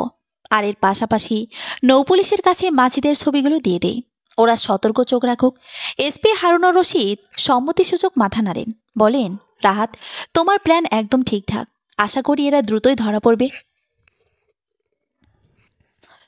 পরদিন সকালে রাহাত ময়মনসিংহ শহরের গাঙ্গিনাপাড় এলাকায় কয়েকটা ছোট দোকান ঘুরে দেখে। ছবিতে দেখা কাপড় চোখে পড়ে না। রাহাত কায়দা করে শুধু কাপড়ের ছবিটা দেখাতেই এক দোকানদার পাশে রোডে দোকানগুলোর দিকে ইশারা করে। রাহাত এবার আরও সতর্ক হয়। নির্দিষ্ট দোকানটায় আসতেই ছবিতে দেখা কাপড়গুলো দেখতে পায়। রাহাত এবার দোকানের সাথে ভাব জমিয়ে বলে, ভাই এই কাপড়গুলো আপনি কই থেকে কিনেন? আমি কম দামে সাপ্লাই দিতাম। দোকানিটা পাত্তা না দেওয়ার ভঙ্গিতে বলে, এর চেয়ে কমে পাবেন না। একজন মাঝি আমাদের সরাসরি ভৈরব বাজার থেকে এই কাপড় এনে দেয়। হে নিজের নৌকা, তাই অনেক কম রেটে কাপড় দিতে পারে। রাত মন খারাপ করা ভঙ্গিতে বলে, ও তাইলে তো সম্ভব না। দোকানটা থেকে বের হয়ে রাহাত এবার ওসি শাহাবুদ্দিনকে ফোন দিয়ে বলে, এই দোকানদারকে অন্য একটা ছুতায় থানায় ডেকে আনো। ট্রেড লাইসেন্স দেখার নাম করেও নিয়ে আসতে পারো। কাপড়ের দোকানদার বকুল মেয়ে ভীষণ চিন্তায় আছে। ময়মনসিংহ থানা থেকে ফোন এসেছিল, জরুরি দেখা করতে বলেছে। সেদিন বিকেলে বকুল মিয়া ভয়ে ভয়ে থানায় আসে। আবার কি ঝামেলা হলো? থানায় ঢুকতেই বকুল মিয়া অবাক হয়ে দেখে সকালে সে লোকটা। রাহাত সময় নেয় না, প্রথমেই মাঝে দুজনের ছবি দেখিয়ে বলে, এদের যেন। রাহাতের গলার সুরে কিছু একটা ছিল। বকুল মিয়া ভয় খেয়ে যায়, তোতলানো গলায় বলে, স্যার এরে চিনি, এর নাম গফুর। হে তো আমার দোকানে কাপড় সাপ্লাই দেয়। আমি আর এর কাছ থেকে কাপড় নেব না। আপনি যে দামে দেন আমি আপনার কাছ থেকে নিব। রাহাত হাসে সকালের কথা মনে করে। তারপর গম্ভীর মুখে বলে, বকুল মিয়া, এই লোকের কাছ থেকে কাপড় নিবা, আর এরে ফোন দিয়া কও কালকে কাপড় নিয়ে আসতে। বকুল মিয়া অসহায় গলায় বলে, স্যার, এই লোকের ফোন কয়দিন ধরে বন্ধ পাইতেছি। এরা তো নদীতে থাকে, চার্জ দিবার পারে নাই মনে হয়। রাহাত একটু চুপ থেকে বলে, এর ফোন নাম্বারটা দাও, আর আজকের এই কথাগুলো কাউকে বলবা না। ফোন খোলা পাওয়া মাত্রই আমাদের জানাবে। মনে রেখো, এই লোক কিন্তু ডাবল মার্ডারের আসামি। বকুল মিয়ার খুব প্রস্রাবের বেগ পায়। কি মুসিবতে পড়ল। কসম কেটে বলে আজকের কথা কাউকে বলবে না। কোনো মতে ফোন নাম্বারটা দিয়া থানা থেকে কাপা পায়ে বাড়ির পথ ধরে। বকুল মিয়া চলে যেতেই রাহাত এবার ওসি শাহাবুদ্দিন আর মনোরঞ্জনকে দায়িত্ব দেয় গফুরের সব তথ্য খুঁজে বের করতে, আর মোবাইল নাম্বারটা সার্ভেলেন্সে দিতে, যাতে মোবাইলটা খোলা মাত্রই জানতে পারে ও কোথায় আছে এখন। পরদিন রাহাত দুটো খবর পায়, দুটোই খুব মারাত্মক খবর। হাফিজকেও একটা কাজ দিয়েছিল বিভিন্ন নদীর কাছাকাছি থানাগুলোতে রেপের সাথে মার্ডার হওয়া কেসের খবর জানতে। হাফিজ জানিয়েছে 2 বছর আগে দৌলতদিয়া ঘাট থেকে কয়েক মাইল দূরে একটা মেয়ের লাশ পাওয়া যায়। পরে জানা যায় মেয়েটা পতিতাপল্লীর ছিল। রাহাত হাফিজের পাঠানোর ছবির দিকে অবাক হয়ে চেয়ে থাকে। এই মেয়েটার গলাতেও গলা চেপে ধরার সেই কালো দাগ, তার মানে খুনি কি একই মানুষ? আরেকটা খবর হলো পরীর রেপের ডিএনএ রিপোর্ট এসেছে। পরীর রেপে শুধু একজনকে স্পাম পাওয়া গেছে, তার মানে মাঝবয়সী লোকটাই হয়তো সেই অপরাধী। রাহাত দ্রুতই নীলুফার আর পরীর রিপোর্ট দুটো হোয়াটসঅ্যাপে ঢাকা মেডিকেলের ফরেন্সিক বিভাগের সহযোগী অধ্যাপক বশির আহমেদের কাছে পাঠায়। ঘণ্টাখানেক পর যখন স্যার উত্তর দেন, তখন রাহাত অবিশ্বাস নিয়ে তাকিয়ে থাকে। ডিএনএ দুটো একই মানুষের, তার মানে দুটো রেপ একই অপরাধী করেছে। একটা ঠান্ডা স্রোত রাহাতের পিঠবে নেমে যায়। একটা ভয়ঙ্কর সিরিয়াল কিলার ঘুরে বেড়াচ্ছে, যার মূল টার্গেট নদীর আশেপাশে সুযোগ বুঝে মেয়েদের রেপ করে মেরে ফেলা। রাহাত তীব্র একটা রাগ টের পায়। না, আর সময় নেওয়া যাবে না, দ্রুত এই পশুকে গ্রেফতার করতে হবে। চাঁদপুরের মতলব উপজেলার এখলাসপুর এলাকাটা মেঘনা নদীর কোল ঘেঁষে অবস্থিত। জায়গাটা গফুরের কোনো এক অজানা কারণে খুব প্রিয় জায়গা। এখলাসপুর বাজারে গফুর সেদিন বিকেলে আইস করে রহিম ব্যাপারীর দোকানে 2 চামচ চিনি দেওয়া 1 কাপ চা খাচ্ছিল। মাঝে মাঝে ফোনের দিকে তাকাচ্ছে, চার্জ কতটুকু হইল তা দেখছে। সেই ঘটনার পর মোবাইল বেশিরভাগ সময় বন্ধই রাখছিল। আজ চার্জ যাওয়া শেষ হলে মোবাইলটা খোলা দরকার। কিছুক্ষণ পর ফুল চার্জ হয়ে গেলে গফুর মোবাইলটা খোলে। প্রথমে একটা বিশেষ নাম্বারে ফোন দেয়, কিন্তু ওপাশ থেকে কেউ ফোনটা ধরে না। মনটা একটু খারাপ হয়ে যায়। একটু পরে ফোনটা বাজতেই গফুরের মনটা চঞ্চল হয়ে যায়। কিন্তু ফোন ধরেই দেখে ময়মনসিং থেকে দোকানদার বকুল মিয়া ফোন দিছে। ফোনটা কানে ধরতেই ওপাশ থেকে বকুল মিয়ার মোলায়েম গলা পাওয়া যায়। গফুর ভাই, আমার খুব জরুরি 20 গাইড কাপড় লাগবো, পারলে কাইলি মাল ডেলিভারি দিবেন, আমি নগদ টেহা দিয়া দিমু। গফুর অবাক হয়ে বলে, কয়দিন আগে মাল দিয়ে আসলাম, এত তাড়াতাড়ি সব শেষ? ভাইজান, কি যে জাদুর লাঠি পাইছি নাকি? 20 গাইড কাপড়ের দাম তো 1050-এর মতো, মজা করতেছেন নাকি? গফুরকে চমকে দিয়ে বকুল মিয়া বলে, ভাই, আমি তোমার মোবাইলে এক্ষুনি 20,000 টাকা বিকাশ করে দিতেছি, তুমি কবে মাল লই আসবা? গফুর এবার সিরিয়াস হয়। তারপর হিসেব করে বলে, 3 দিন পরে পাইবা, চিন্তা করো না। ফোনটা রেখে গফুর এবার আরেক কাপ চায়ের কথা বলতেই রহিম ব্যাপারী আরেক কাপ চায়ের অর্ডার দেয়। রহিম ব্যাপারী গফুরকে খুব পছন্দ করে। লোকটা এমন বাহারি ডিজাইনের কাপড় এত কম দামে নিয়ে আসে যে তার বলার অপেক্ষা রাখে না। গফুরও তাই সময় পেলে রহিম ব্যাপারীর দোকানে বসে 1 কাপ চা খায়। পুরনো খবরের কাগজগুলো পড়ে। দেশের রাজনীতি, আইন শৃঙ্খলা নিয়ে তর্ক বিতর্ক হয়। আজকের কথায় কথায় রহিম ব্যাপারী বলে, দেখছো নাকি কামডা, মায়াটার খুনি নাকি ধরা পড়ল, তারপর বিচারের আর কোনো খবর নাই। নিশ্চয়ই পুলিশ পয়সা খাইয়া কেস বন্ধ করে দিছে, আর সাংবাদিকরাও কয়দিন আর কোনো খবর দেয় না। গফুর চায়ে চুমুক দিতে দিতে বলে, কোন মায়া খুনের কাহিনী? রহিম ব্যাপারী উৎসাহের গলায় বলে, আরে মিয়া, তুমি তো সারা মাস পানিতে থাকো, কোনো খবরই রাখো না। মায়াটার লাশ তো তোমার আসা যাওয়ার পথেই পাওয়া গেছে। হনো নাই যে 30 সালের নদীতে একটা মায়ের লাশ পাওয়া গেল, কয়দিন পর তো পুলিশ করলো আসামি ধরা পড়ছে, তার কাছে নাকি এই মায়ের মোবাইল পাওয়া গেছে। খবরের কাগজে তাই লিখলো, কিন্তু দেহ কামটা, এখন আর বিচারের খবর নাই। গফুর এবার চায়ে শেষ চুমুকটা দেয়। তারপর নিচে পড়ে থাকা ঘন চিরির প্রলেপটুকু একটা আঙ্গুলে উঠিয়ে চেটে খেতে খেতে নির্লিপ্ত গলায় বলে, খুবই জঘন্য কাম। কিন্তু রহিম ভাই, মায়াটার মোবাইল পাইল কেমনে পুলিশ? পুলিশ কি জাদু জানে নাকি? রহিম ব্যাপারী ক্রাইম পেট্রোল দেখার পোকা। জুৎসই বিষয়ে প্রশ্ন আসাতে এবার সে আয়েশ করে মোবাইল ট্র্যাকিং করে কি করে কত সব অপরাধী ধরা পড়ছে তার বিস্তারিত কাহিনী শোনায়। গফুর আর মনে শুনতে শুনতে একটা বিড়ি ধরায়। দূরে ঘাটে একটা নৌকা দেখা যাচ্ছে। ওর সহকারী রতন নৌকাটা পরিষ্কার করছে।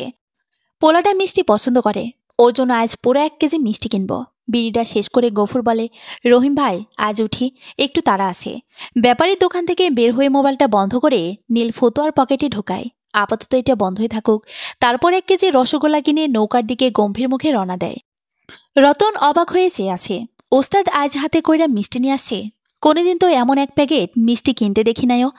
কাছে আসতেই উৎসাহ আর চেপে না রাখতে পেরে জিজ্ঞেস করে, ওস্তাদ মিষ্টি কার লাগা, কোথাও যাইবেন? গফুর একটা কেমন যেন হাসি দেয়, বলে তোর লাগেই আনছি, নাও স্যার।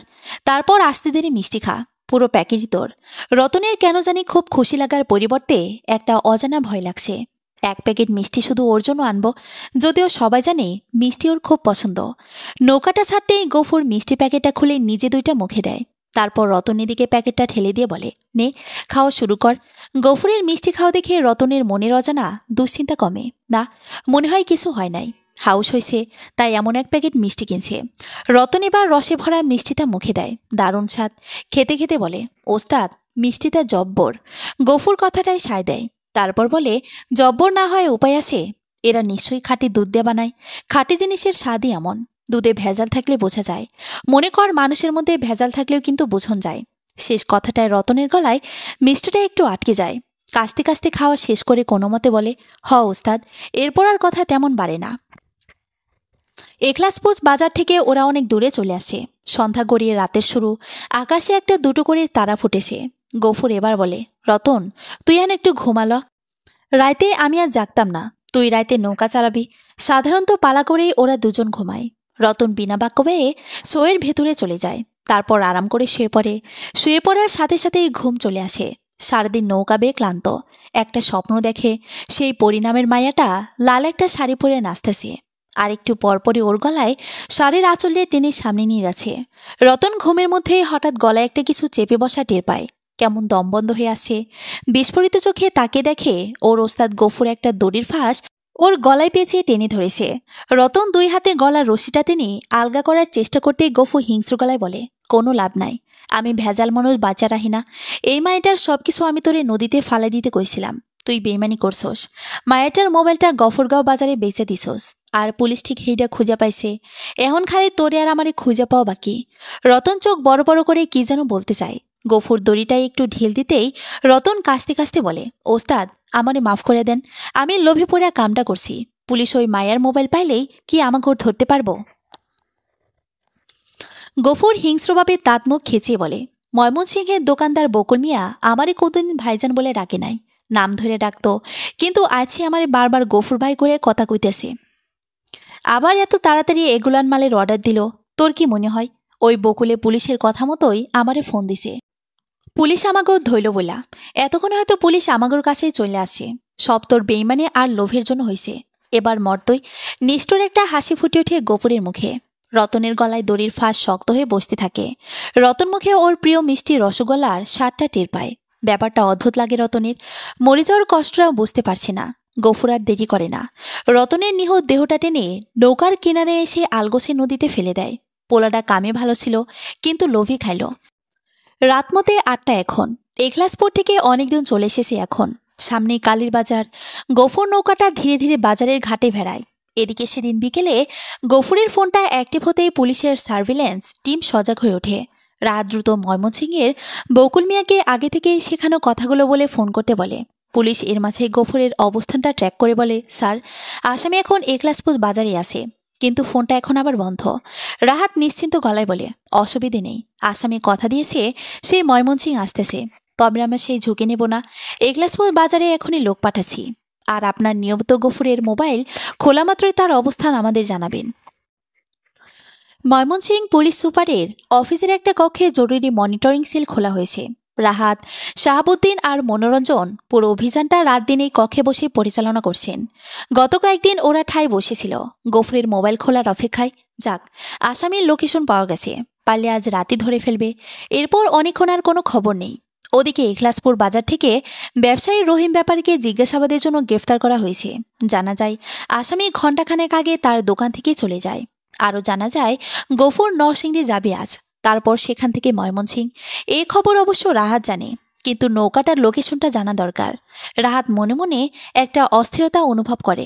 আচ্ছা, লোকটা ফোনটা খুলে আবার বন্ধ করে ফেলল কেন? রহিম ব্যাপারী নাকি বলেছে মোবাইল ফুল চার্জ দিয়েছে, তাহলে মোবাইল বন্ধ কেন? মনের কোণে দুশ্চিন্তার মেঘ জমতে থাকে। রাত ঠিক 11টায় সার্ভিল্যান্স টিমের ফোন আসতে রাহাত সোজা হয়ে বসে। জানতে পারে আসামি আবার মোবাইল খুলেছে, লোকেশন কালীর বাজার। রাহাত এবার দ্রুত ওই এলাকায় নৌপুলিশের দল কাছাকাছি থানাকে ইনফর্ম করে যেন যত দ্রুত সম্ভব নৌকার মাঝিদের আটক করে। আর সেই সাথে এটাও বলে আসামি একজন দুর্ধর্ষ সিরিয়াল কিলার, খুব সাবধানের জন্য অভিযান পরিচালনা করা হয়। রাহাতের ভীষণ আফসোস হতে থাকে, ইস, ও থাকতে পারলে ভালো হতো, নিজ হাতে নরপশুটাকে গ্রেফতার করতে পারত। ওসি শাহাবুদ্দিন আর মনোরঞ্জনেও তাই ইচ্ছে, ইস, এত কষ্ট করে নিজ হাতে আসামিকে ধরতে পারছে না, মাঝ দিয়ে ওই কালীরবাজার এলাকার পুলিশ সব কৃতিত্ব পেয়ে যাবে। যাই হোক, আসামি ধরা পড়তেছে, এটাই বিশাল খবর। ওসি শাহাবুদ্দিন বলে, রাহাত ভাই, সাংবাদিকদের কি খবর দিয়ে রাখবো? রাহাত হাসে, শাহাবুদ্দিন, এখনই না, আগে সফলভাবে সব শেষ হোক। রাহাত এবার গফুরকে ধরার জন্য দায়িত্বপ্রাপ্ত পুলিশ টিমের প্রধান গুলজারের সাথে যোগাযোগ করতে বলে। স্যার, আমরা নৌকাটার কাছে পৌঁছে গেছি। নৌ পুলিশরা 2টা স্পিড বোট নিয়ে গেছেন, পিছন ঘিরে ফেলেছে। আমরা এখন অ্যাকশনে নামবো স্যার, দোয়া রাখবেন। রাহাতের প্রেশারটা বাড়ে, দম বন্ধ হয়ে হাতের মোবাইলের দিকে তাকিয়ে থাকে গুলজানের ফোনের অপেক্ষায়। ঠিক 22 মিনিট পর ফোনটা আসে। রুমের সবাই অধীর আগ্রহে রাহাতের দিকে তাকিয়ে থাকে। রাহাত ফোনটা কানে জোরে চেপে ধরে বলে, গুলজার, বলো কি খবর? ওপাশ থেকে গুলজারের বিভ্রান্ত গলা পাওয়া যায়। স্যার, নৌকাটায় তো কেউ নাই। বুঝলাম না, আপনাদের কথা অনুযায়ী এই নৌকাটায় তো হওয়ার কথা। সোওয়ালা নৌকা এখানে একটাই আছে। রাহাতের মাথায় যেন বাজ পড়ে, নিঃশ্বাসটা আটকে আসে, চিৎকার করে বলে, কি বলছো? নাই মানে? দেখো আশেপাশে কোথাও গেছে কিনা, পুরো বাজারটা খুঁজে দেখো। রুমের অন্যান্য একদম বোকা হয়ে যায়। মনোরঞ্জন বিস্ময়ের সুরে বলে, এইটা কি হইল? রাহাত এ কথার উত্তর না দিয়ে দ্রুত সার্ভিল্যান্স টিমকে জিজ্ঞেস করে, আসামির লোকেশন এখন কোথায় দেখাচ্ছে? ওরা জানায় একই জায়গায় দেখাচ্ছে। এবার রাহাত বিভ্রান্ত হয়ে যায়, এটা কি করে সম্ভব? রাহাত এবার গুলজারকে ফোন করে বলে পুরো নৌকাটা ভালো করে সার্চ করতে। ঘণ্টাখানেক পর গুলজার হতাশ গলায় বলে, স্যার, আসামির মোবাইল পাইছি, নৌকার সইয়ের ভেতরে ছিল। মনে হইতেছে আসামি আমাদের ফাঁকি দিয়ে পালিয়ে গেছে অনেক আগে। তবে একজনকে পাওয়া গেছে, তার নাম রমজান, এখানেই দোকান করে। বলল গফুর নাকি নৌকাটা অর্ধেক দামে বেচে দিছে তার কাছে। আরও বলল গফুরকে কুমিল্লা যাবার গাড়িতে উঠতে দেখেছে ও। আমরা এই রুটের সব গাড়ি চেক করার ব্যবস্থা নিচ্ছি স্যার। রাহাত হতভম্ব হয়ে যায়, এটা ঘটতে পারে ও ঘূর্ণাক্ষরেও ভাবিনি। গফুর এতটা সতর্ক ছিল এটা বোঝা যায়নি। লোকটা পালিয়েও গেল, এত কষ্ট করে খুনিকে চিহ্নিত করে হাতে নাগালে পেয়েও ধরতে পারল না। এই ব্যথটা লুকাবে কি করে? আর এসপি স্যারের কাছে মুখ দেখাবে কি করে? ওই নরপশুদের কি ধরতে পারবে না ও? গফুর কালীরবাজার থেকে 10 মিনিট পর যেতেই গাড়ি থেকে নেমে পড়ে। তারপর মোড় রাস্তা থেকে নেমে কোনাকুনি নদীর পাড়ের দিকে এগোতে থাকে। চারদিক ঘুটঘুটে অন্ধকার, তাতে গফুরে চলতে সমস্যা হয় না। কিছুক্ষণের মাঝেই একটা ছোট ঘাটের কাছে এসে পৌঁছে। গফুর সরাসরি ঘাটের কাছে না যেয়ে তার আগে বড় পাকড় গাছটা নিচে গিয়ে বসে। এই জায়গাটায় একটু ঝোপঝাপ আছে। মনটা ভীষণ খারাপ লাগছে। এতদিনের পুরনো নাওটা বেছে দিতে হলো। একটা দীর্ঘশ্বাস ফেলে পকেট থেকে ছোট্ট একটা টর্চ লাইট বের করে। এটা আসার সময় নৌকা থেকে নিয়ে আসছিল। গফুর মনে মনে সময়ের হিসেব করে নেয়। আর ঘন্টা 2 পরে এই ঘাটের পাশ দিয়ে করিম সওদাগরের নাওটা যাবার কথা। গফুরের সাথে একটা পুরনো দোস্তি আছে করিম সওদাগরের। নির্দিষ্ট সময়তে আসতেই গফুর এবার টর্চ লাইটটা বের করে নদীর একদম পাড় ঘেঁষে দাঁড়ায়। একটা ঠান্ডা বাতাস গায়ে লাগে। দূরে একটা আলোর বিন্দু দেখতে পায় গফুর। টর্চ লাইটের বোতাম টিপে একটা নির্দিষ্ট ছন্দে আলো জ্বালালে আর নেভায়। গফুর আশা করে করিম সওদাগরের মাঝিরা ঠিক এই সংকেত বুঝতে পারবে। নদীতে চলতে গেলে মাঝে মাঝে বিপদ আপদ হয়, তখন মাঝির এমন সংকট দেয়। সওদাগরের বড় নাওটা যতই কাছে আসে গফুরের বুকটা ততই ধকধক করতে থাকে। নৌকাটা থামবে তো? নৌকার গতি কমেছে, কিন্তু থামছে না কেন? গফুর বারবার আলোর সংকেতটা জ্বালাতে থাকে। অবশেষে নৌকাটা থামে। নৌকাটা থেকে এবার পাল্টা আলোর সংকেত ফেলা হয়। গফুর বোঝে এর একটু সতর্কতা অবলম্বন করতেছে, দেখতে চাচ্ছে আবার ডাকাত কিনা। গফুর এবার পানিতে নেমে পড়ে। সাঁতরে নৌকার কাছে আসতেই মাঝিরা ওকে চিনতে পেরে টেনে নৌকায় ওঠায়। রাহাত মন খারাপ করে ভাবছে কেসটা অনেক কঠিন হয়ে গেল। অপরাধীর শুধু কয়েকটা ছবি আছে, আর কিছু জানা নেই। মোবাইল নাম্বারটা ছিল, তাই এখন সেটা কোনো কাজে আসবে না। কালীর বাজার থেকে অফিসার গোলজার জানিয়েছে যে তারা কুমিল্লা বা ঢাকাগামী কোনো বাসে গফুরের মতো কাউকে পায়নি। রাহাতের নির্দেশে এদেশের সবগুলো থানায় গফুরের ছবি পাঠিয়ে হাই অ্যালার্ট জারি করা হয়েছে। সব জায়গায় কঠিন নজরদারি চলছে গফুরের খোঁজে। আরেকটা দুঃখজনক ঘটনা হলো, গফুরের সহকারী রতনের লাশ পাওয়া গেছে। ধারণা করা হচ্ছে গফুর একলাসপুর বাজার থেকে বের হয়ে কাজটা করেছে। হয়তো কোনোভাবে বুঝে ফেলেছিল রতন পরীর মোবাইলটা লুকিয়ে বিক্রি করে দিয়েছিল। রাহাত ভাবে, কি নিষ্ঠুর একটা মানুষ এই গফুর, মন চাইলে খুন করে ফেলছে। গফুর পালিয়েছে আজ কয়েকদিন হলো। এর মাঝে রাহাত গফুরের মোবাইল সিমের নিবন্ধন তথ্য থেকে গ্রামের ঠিকানা পেয়েছে। খোঁজ নিয়ে জেনেছে যে গফুর অনেক বছর আগে গ্রাম ছেড়েছে। গ্রামে শুধু গফুরের বড় ভাই থাকে। এদিকে গফুরের মোবাইল নাম্বারের কল লিস্ট থেকে যে নাম্বারগুলো পাওয়া যায়, সবাইকেই ক্রস চেক করা হয়। সন্দেহজনক কিছু পাওয়া যায় না। বেশিরভাগই ছোট ব্যবসায়ী। একটা ফোন নাম্বার অবশ্য সন্দেহজনক, একজন মহিলার নাম কুলসুম। খোঁজ দিয়ে জানা যায় কুলসুম গফুরদের পাশের গ্রামে থাকে। রাত ভাবে, গফুরকে ধরতে হলে গফুর সম্পর্কে ভালোভাবে জানতে হবে। আর সেটা জানতে হলে গফুরের জন্মস্থান, ওর গ্রামের বাড়িতে যেতে হবে। দেখা যাক কিছু পাওয়া যায় কিনা। টাঙ্গাইল জেলার প্রত্যন্ত গ্রাম আটবুরাহা যমুনা নদীর পাড়েই অবস্থিত। গ্রামের একপাশে যমুনার চরে মৌসুমী বাদাম, তরমুজের চাষ হয়। আগে শহর থেকে আসার রাস্তা কাঁচা ছিল, এখন অবশ্য ইট বিছানো রাস্তা হয়ে গেছে। একটা অটোরিকশা করে রাহাত আটবুরোহা গ্রামে এসে যখন পৌঁছে ততক্ষণে দুপুর গড়িয়ে বিকেল। ইচ্ছে করে গাড়ি নিয়ে আসেনি, যাতে অযথা মানুষের নজরে না পড়ে। টাঙ্গাইল থানায় এসআই ফরিদ এসেছে ওর সাথে। গফুরদের গ্রামে বাড়িতে এসে রাহাত পৌঁছাতেই গফুরের বড় ভাই আরফান এসে সালাম দেয়। রাহাত সালামের উত্তর দিয়ে বলে, আপনাকে থানাতেই ডাকতে পারতাম, কিন্তু আমার খুব কৌতূহল হলো গফুরের জন্মস্থানটা দেখার। এখানে এমন কি আছে যা তাকে এমন অমানুষ করে তুলেছে? আরফান মাথা নিচু করে বলে, স্যার, আমরা খুবই শর্মিন্দা। আমার চিন্তা করতেই ঘিন লাগে যে গফুর আমার ভাই এমন জঘন্য অপরাধও করেছে যে মাঝি বংশ হিসেবে গ্রামে আমাদের মাথা কাটা গেছে। অথচ বিয়ের আগ পর্যন্ত খুব শান্ত ছেলে ছিল। রাগটা একটু বেশি ছিল, এক পা খাটো ছিল, তাই একটু ঝুঁকে হাঁটত। সবাই ছোটবেলাতে ল্যাংড়া বলে খেপাতো। কইতো ওর কপালে সুন্দর বউ নাই, তাই অনেক হাউস কইরা সুন্দর একটা মাইয়ারে বিয়ে করাইলাম। বউ বলতে পাগল ছিল, কিন্তু এক রাতে ওর বউরে আমাগোর পাশে গ্রামে এক পোলার সাথে দেখা ফেলে। পারলে তখনই বউটারে গলা টিপা মাইরা ফেলে। আমরা 10-12 জন মিলাও সারাইতে পারি না, এত জ্বর। পরে বিয়ার টিকে নাই। ওই পোলার সাথে নাকি আগে থেকেই সম্পর্ক ছিল। মায়ার বাপ মা জোর করে বিয়ে দিছিল। এই ঘটনার পর গ্রামের মানুষ বউ নিয়ে নানান কথা কইয়া ওরে খেপাইতো, হাসাহাসি করত। ওর সহ্য হইতো না, প্রায় মারামারি লাগা যাইত। আমরা এরপর অন্য জায়গায় বিয়ে দেওয়ার চেষ্টা করছি, কিন্তু একদম রাজি হয় নাই। পরে একদিন রাতে কাউরে না কয়া আমগর পুরান নৌকাটা নিয়ে গ্রাম ছাড়া চলে যায়। এরপর অনেকদিন গ্রামে আসে নাই, যোগাযোগও ছিল না। পরে অবশ্য বছরে 2 বার করে আইতো। এখানে এসে এমন একটা গল্প শুনবে, এর জন্য অবশ্য রাহাত মোটেও প্রস্তুত ছিল না। তার মানে মেয়েদের প্রতি একটা তীব্র ঘৃণা রয়েছে গফুরের। এই ঘৃণাটাই ওকে পশু বানিয়ে দিয়েছে। আর এই জন্যই বুঝি এমন পাশবিক কাজগুলো করছে। কি মনে হতে রাহাত জিজ্ঞেস করে, কুলসু নামে কাউকে চিনেন যার সাথে গফুরের প্রায় কথা হইতো? আরফান মাঝি অবাক চোখে তাকিয়ে বলে, কুলসুমের লগে গফুর কথা কইতো? কই, আমি জানি না তো, এটা তো বেসম্ভব ঘটনা। রাহাত কৌতূহলী হয়ে জিজ্ঞেস করে, কেন, কে কুলসুম? আরফান তিক্ত গলায় বলে, এই তো সেই গফুরের বউ, যে পরে পাশের গ্রামে ওই পোলার সাথে বিয়া বইছে। কিন্তু গফুর তো তার সাথে কথা কওয়ার কথা না। রাহাত মনে মনে ভাবে, গফুর তো মাঝে মাঝে গ্রামে আসতো, তখন কোনোভাবে হয়তো যোগাযোগ হয়েছে, বউকে ভুলতে পারেনি। হঠাৎ করে রাহাতের একটা কথা মনে হয়, এই কুলসুম মেয়েটাই ওকে নিয়ে যাবে গফুরের কাছে। এত অপমানিত হবার পরও যখন বউরে ভুলতে পারে নাই, তাহলে গফুর কুলসুমের সাথে যোগাযোগ করবেই। এরপর কথা দ্রুত শেষ করে রাহাত পাশের গ্রামে কুলসুমের বাড়ি যায়। বয়স হয়ে গিয়েছে, কিন্তু বয়সকালে যে সুন্দরী ছিল সেটা স্পষ্ট। বাড়ির অবস্থা খুব একটা ভালো না, বোঝা যায় কষ্টে দিন চলে। রাহাতের পরিচয় পেতে একটু সংকুচিত হয়ে বসে কুলসুম। রাহাত হালকা গলায় বলে, গফুর যে একজন খুনি তা আপনি জানতেন? আপনার সাথে তো মাঝে মাঝে কথা হইতো। কুলসুম একটু কেঁপে ওঠে, কাপা গলায় বলে, না, আমি একদমই জানতাম না। হেই আমারে ফোন দিত, অবশ্য দুষ্টা আমার। বছর কয়েক আগে খুব অভাবে পড়ছিলাম। গফুর তখন গ্রামে আসছিল, কেমনে জানি খবর পাইছিল আমার খুব বিপদ যাইতেছে।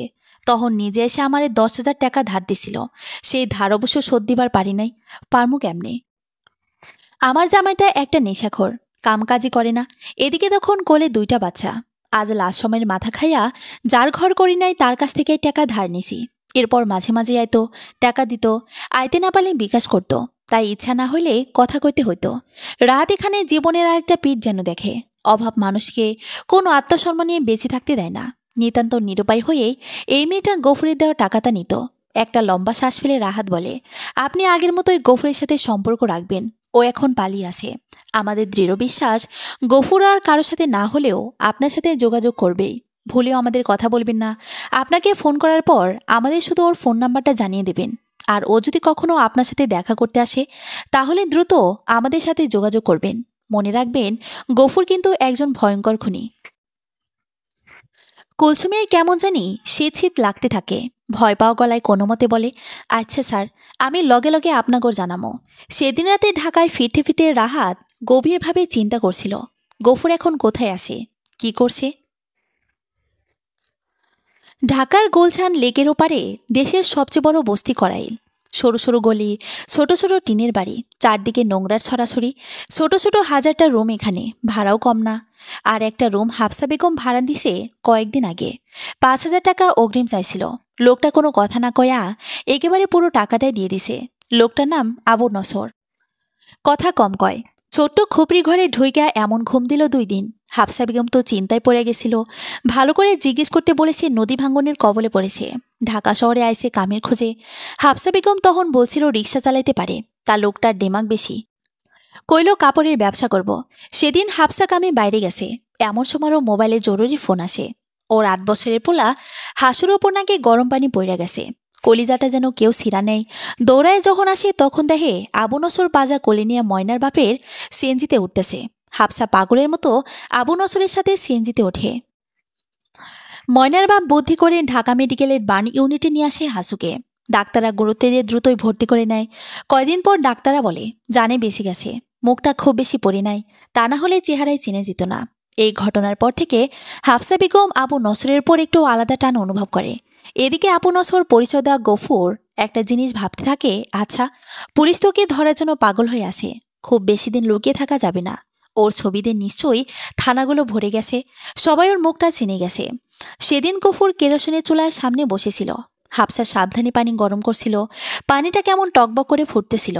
সেদিকে তাকিয়ে থাকতে থাকতে গফুর একটা ভয়ঙ্কর চিন্তা করতে থাকে।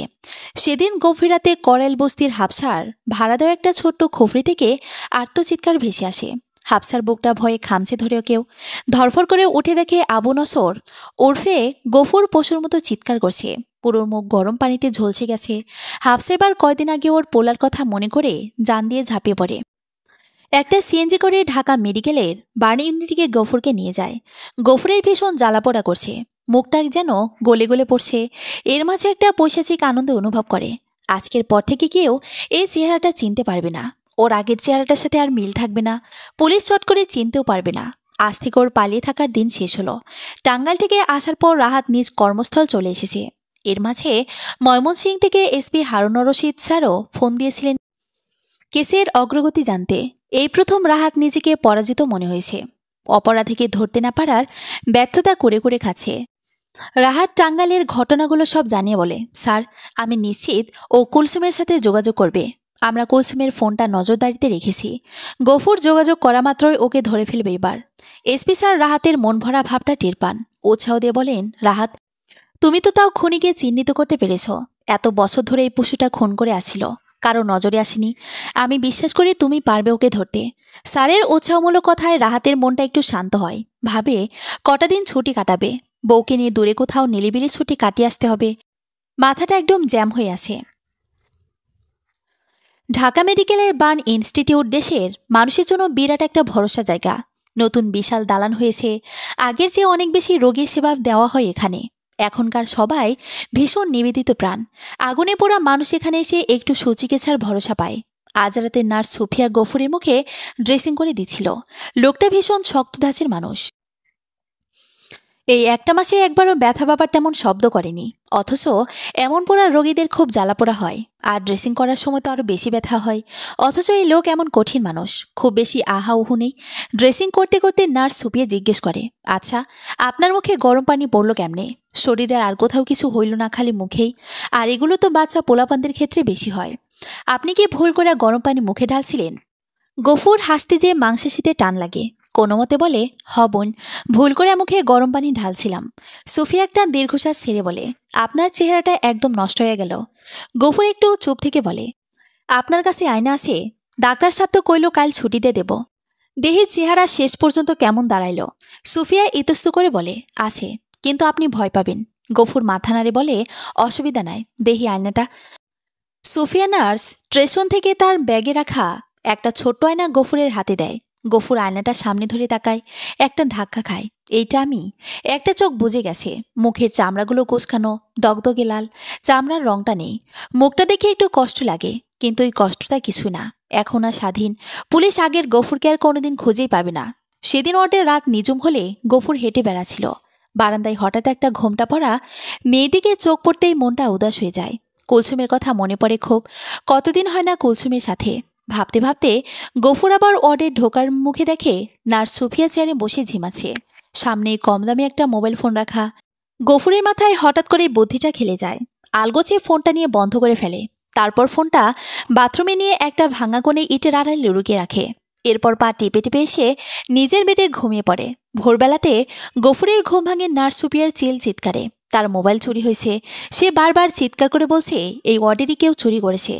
সুফিয়া একজন ওয়ার্ড বয় নিয়ে সবগুলো বেড চেক করে। সব রোগীকে তল্লাশি করা হয়, কিন্তু মোবাইল পাওয়া যায় না। সুফিয়ার আগে তোকে অভিশাপ দিতে থাকে, যে আমার মোবাইল নিছে তার যেন বড় একটা বিপদ হয়। গফুর মনে মনে মুসকি মুসকি আসে। আর বিপদ এমনিতেই সারাক্ষণ বিপদেই আসে। সেদিন সুফিয়া চলে যেতেই গফুর বাথরুমে যে চুরি করা মোবাইলটা নিয়ে আসে। তারপর বারান্দা দাঁড়িয়ে কুলসুমের মুখস্থ করা নাম্বারটাই ফোন দেয়। প্রথমে ধরে না, আবার ফোন দিতেই কুলসুম ঘুম জানানো গলায় ফোনটা ধরতেই গফুর সোহাগের গলায় বলে, আমার বউকে এখনো ঘুমায়। কুলসুমের শরীরটা খারাপ লাগছিল, তাই ঘুমাচ্ছিল। ওর মনে হয় ও কোনো একটা দুঃস্বপ্ন দেখছে। গফুরের গলা। মুহূর্তে কুলসুম সতর্ক হয়ে যায়। ফিসফিস করে বলে, আপনি ফোন দিছেন? আর এতদিন ছিলেন কই? কোনো খোঁজ নাই। গফুর একটা নিঃশ্বাস ফেলে বলে, সে মেলা ঘটনা। তা তোর কাছে কি আমার খোঁজে পুলিশ আইছিল? কুলসুম একটু থতমত খেয়ে যায়। একটু চিন্তা করে বলে, পুলিশ তো সবার কাছেই আইছিল। আপনি কি কাম করছেন যে পুলিশ আমারে খোঁজে? গফুর এই কথার উত্তর না দিয়ে বলে, তোরে খুব দেখবার মন চায়, কিন্তু এই পুলিশের জন্য পারতাছি না। দেহি একদিন আইমু তোরে দেখতে। আচ্ছা রাহি এখন। ফোনটা কেটে যেতেই কুলসুম সবার আগে সেই পুলিশ অফিসারকে ফোন দেয়। রাহাত গাজীপুরের ওর বন্ধুরা একটা ছোট রিসর্টে কর্বিকে নিয়ে এসেছিল কটা দিন ছুটি কাটাতে। কিন্তু কুলসুমের ফোন পাওয়া মাত্র রাহাতের আবার আগের উত্তেজনা ফিরে আসে। দ্রুত ঢাকায় সার্ভিলেন্স টিমের সাথে যোগাযোগ করতেই ওরা জানায়, স্যার, জায়গাটা ঢাকা মেডিকেলের বার্ন ইনস্টিটিউট। আসামি সেখান থেকেই কথা বলেছে। ফোনটা এখন বন্ধ। রাহাত শাহবাগ থানাকে বলে পুলিশের ফোর্স যেন এখনই সাদা পোশাকে ঢাকা মেডিকেলের বার্ন ইনস্টিটিউটের সবগুলো গেট বাড়া দেয়। সেই সাথে সবাইকে গফুরের ছবি দিয়ে দেওয়া হয়, যাতে কোনোভাবেই এখান থেকে পালিয়ে যেতে না পারে। রাহাত তখনই করবিকে নিয়ে ঢাকায় রওনা দেয়। ভীষণ আফসোস হচ্ছে, ইস, আজই গফুর ফোনটা দিল। রাহাত ভাবে ওর ঢাকা মেডিকেলে পৌঁছাতে 2 ঘন্টা লেগে যাবে। আচ্ছা, গফুর ওখানে কি করছে? ও কি অসুস্থ, না কাউকে দেখতে এসেছিল? গফুরে তো ঢাকায় কেউ নেই। তাহলে এর মাঝে পুলিশের লোক পুরো বিল্ডিংটা তন্ন তন্ন করে খুঁজে দেখে। প্রতিটি বেদ সতর্কতার সাথে খুঁজে দেখে, কিন্তু কোথাও গফুরের চেহারার সাথে মিলে এমন কাউকে পায় না। খবরটা পেতেই রাহাতের মনটা দমে যায়। গফুরকে পাওয়া গেল না। না, নিজে যে একবার খুঁজে দেখবে। গফুর যেমন ধুরন্ধর, তাতে সাধারণ পুলিশ সদস্যরা নাও খুঁজে পেতে পারে। গাজীপুর থেকে যত তাড়াতাড়ি ফিরতে পারবে ভেবেছিল, তত তাড়াতাড়ি ফেরা হয় না। বার্ন ইনস্টিটিউটে পৌঁছাতে পৌঁছাতে সন্ধ্যা হয়ে যায়। রাহাত অত্যন্ত সতর্কতার সাথে মেল ওয়ার্ডগুলোতে ঢু মারতে থাকে। এদিকে নার্স সুফিয়া সন্ধ্যায় ডিউটিতে এসে ওয়ার্ডে অপরিচিত মানুষ দেখে তেড়ে যায়। এই, আপনি কে? সন্ধ্যা হইতে আসছেন মোবাইল চুরি করতে? কাল আমার মোবাইলটা আপনি চুরি করছেন। রাহাত একটু থতমত খেয়ে যায়। তারপর মুচকে এসে বলে, আমি তো আপনার মোবাইল খুঁজতেই আসি। আমি পুলিশের লোক।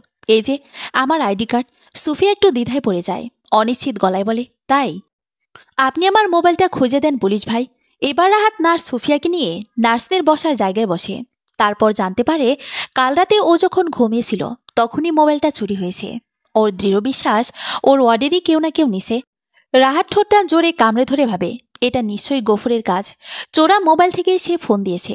রাহাত মোবাইল নাম্বারটা জিজ্ঞেস করতে সোফিয়া গড়গড় করে ওর নাম্বারটা বলতেই রাহাত মিলিয়ে দেখে একই নাম্বার। তার মানে সোফিয়ার মোবাইল থেকেই কুলসুমকে ফোন করা হয়েছিল। কোনো সন্দেহ নেই এটা গফুর। ও এখানে এত রাতে কি করছিল? ও কি রোগী হিসেবে ভর্তি ছিল? রাহাত এবার জিজ্ঞেস করে, আচ্ছা, এই ওয়ার্ডে বয়স 40-এর উপর কজন ভর্তি আছে? সুফিয়ার রেজিস্টার খাতাটা খুলে একবার দেখে, তারপর বলে, বেশি না, 8 জন ছিল কাল। আজ একজন ছুটি নিয়ে চলে গেছে। রাহাত সোজা হয়ে বসে। ও পুরো ওয়ার্ড ঘুরে দেখেছে এখানে গফুর নেই। তাহলে সকালে যে চলে গেছে সেই গফুর? রাহাত এবার উত্তেজনা চেপে বলে, আচ্ছা, যে ছুটি নিয়ে চলে গেছে সে কি দেখতে এমন? রাহাত মোবাইল বের করে গফুরের ছবিটা দেখাতেই সুফিয়া জোরে মাথা নাড়ে, বলে, না, সেই লোকের তো পুরো মুখটাই পোড়া, এক চোখ বন্ধ, দেখলেই ভয় লাগে। আবার কোঁচা হইয়া এক পা টায়না হাঁটে। নার্স সুফিয়ার শেষ কথায় রাহাতের দম বন্ধ হয়ে আসে। এটা গফুর? তার মানে ওর মুখ পড়ে গেছে, তাই এখানে ভর্তি ছিল। ইস, আজকে চলে গেল। রাহাত এবার দ্রুত জিজ্ঞেস করে, আচ্ছা, যার কথা বললেন তার নাম ঠিকানা দরকার। এই লোকে আপনার মোবাইল চুরি করেছে, আমি আপনার মোবাইল উদ্ধার করে দেব। সুফিয়ার চোখটা আশায় চকচক করে ওঠে, বলে, স্যার, তার নাম আবু নসর, করাইল বস্তিতে থাকে। রাহাত একটু হতাশ হয়, বলে, কোনো ফোন নাম্বার নাই? কে রোগীকে নিয়ে আসছিল? সুফিয়া এবার ভর্তির ফর্মটা দেখে বলে, স্যার, পাইছি, হাফসা নামে এক মহিলা আসছিল, এই যে তার নাম্বার।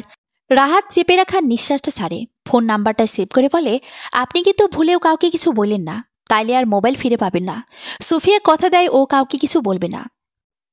হাফসাজ ফার্মের মুরগি রাঁধছে। বহুদিন পর নসর ভাই ফিরে আসে। রাতে খেতে বসে আবু নসর উর্ফে গফুর বলে, আপনি না থাকলে আমি বাঁচতাম না। হাফসা মুখটা মুছে বলে, ভাই, আমার স্বামী নাই, আপনি আমার পোলাটার বিপদে যা করলেন আমি মুখ ফিরাইনি কেমনে? তা টাকা তো আপনি কিছু রাইখা গেছিলেন, তাতেই কাম সারছি। গফুর খাওয়া শেষ করে তৃপ্তির ঢেকুর তুলে বলে, আমি কাল থেকেই ব্যবসার ধান্দায় নামবো। কাপড়ের ব্যবসা আমি ভালো জানি, মেলা লাভ। হাফসার চোখ চকচক করে ওঠে, ভাই, আমি কিছু টেহা তুলছিলাম একটা এনজিও থেকে, আপনি চাইলে আপনার ব্যবসায় খাটাইতাম। গফুর মাথা নেড়ে বলে, আচ্ছা, আজ ঘুমাই, কাল কথা কমো এই বিষয়ে। রাতে গফুর ঘুমাতে যেয়ে পোড়া মুখটায় একটু হাত বোলাতে বোলাতে হঠাৎ একটা কথা ভাবে। কাছের মানুষের মধ্যে হাফসা ওর আগের চেহারা আর নতুন চেহারা দুটাই একসাথে বেশি দেখেছে।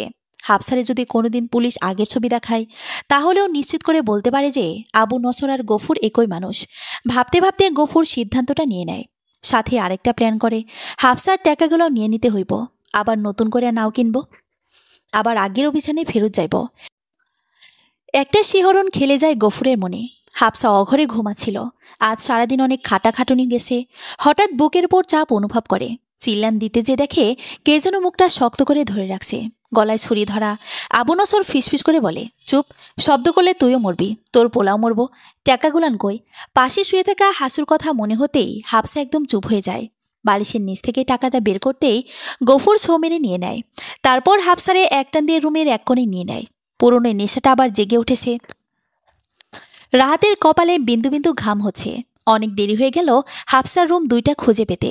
পুলিশের একটা চোখ স্টিম আছে ওর সাথে। বস্তির একজন পথ দেখিয়ে নিয়ে এসেছে। হাফসার পাশেই থাকে এমন একজন বলে, এই রুমটায় নতুন ভাড়াটির লোকটা থাকে। রাহাত অ্যাকশন টিমটাকে ইশারা করতে এক লাথি মেরে দরজা ভেঙে ভেতরে ঢোকে। টর্চের জোরালো আলো পড়তেই রাহাত বিস্ময়ের সাথে খেয়াল করে ঘরে কেউ নেই। ভীষণ বোকা লাগে নিজেকে, আবার পালিয়ে গেল।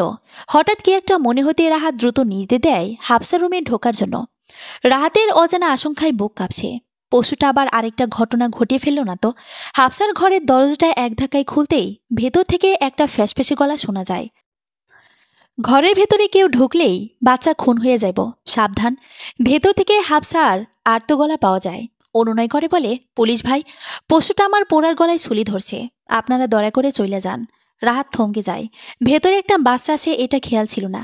এখন কি করা যায়? গফুর যেমন পশু, ও যে কোনো কাজ করে ফেলতে পারে না, বাচ্চাটাকে বাঁচাতে হবে। ঝড়ের বেগে রাহাতের মাথায় চিন্তা চলতে থাকে। হঠাৎ একটা কথা মনে হতেই একটু পেছনে এসে গফুরের প্রাক্তন স্ত্রী কুলসুমকে কল দেয়। তারপর কিছু কথা বুঝিয়ে বলে। এরপর রাহাত ফোনটা লাউড স্পিকারে দিতেই কুলসুমের গলা শোনা যায়, গফুর, আর পাপ করো না, বাচ্চাটার সাইডা দাও। গফুর হিংস্র দৃষ্টিতে দরজার দিকে লক্ষ্য রাখছিল আর হাসুর গলাটায় ছুরি ধরে রেখেছিল। হঠাৎ ওর প্রিয় মানুষ কুলসুমের গলা শুনতেই হকচকিয়ে যায়। কুলসুম কথা বলতেছে, তার মানে কুলসুমে পুলিশে খবর দিছে। মাথায় রাগটা আরও চড়ে যায়। হেসে হেসে বলে, তুই আবার বেইমানি করলি? তোরে আমি অনেক ভালোবাসতাম, আর তুই এমন করলি, আমি তোর কথা শুনুম না।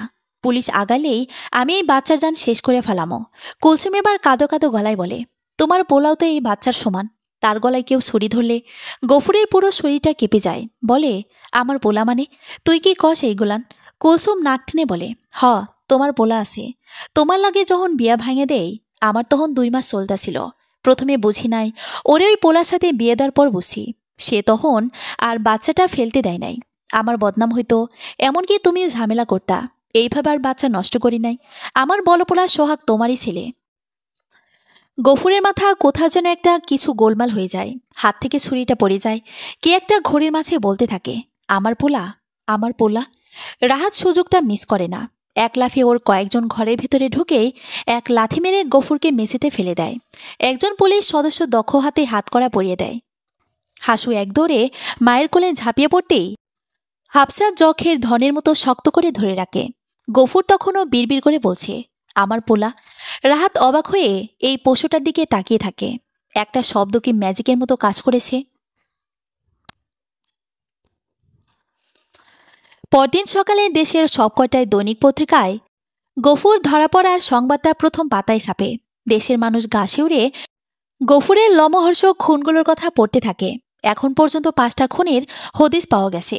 তবে পুলিশের ধারণা, নদীতে যেসব মেয়ের লাশ পাওয়া গেছে তাদের কেসগুলো আরেকবার তদন্ত করে দেখা হলে গফুরের আরো খুনের রহস্য উন্মোচন হবে।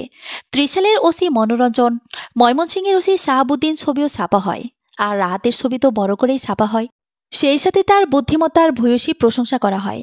পাশাপাশি কর্তৃপক্ষ আসামির কঠিন দৃষ্টান্তমূলক বিচারের আশ্বাস দেন। সেদিন রাতে রাহাত অনেকদিন পর আরাম করে রাতের খাবার খাচ্ছিল।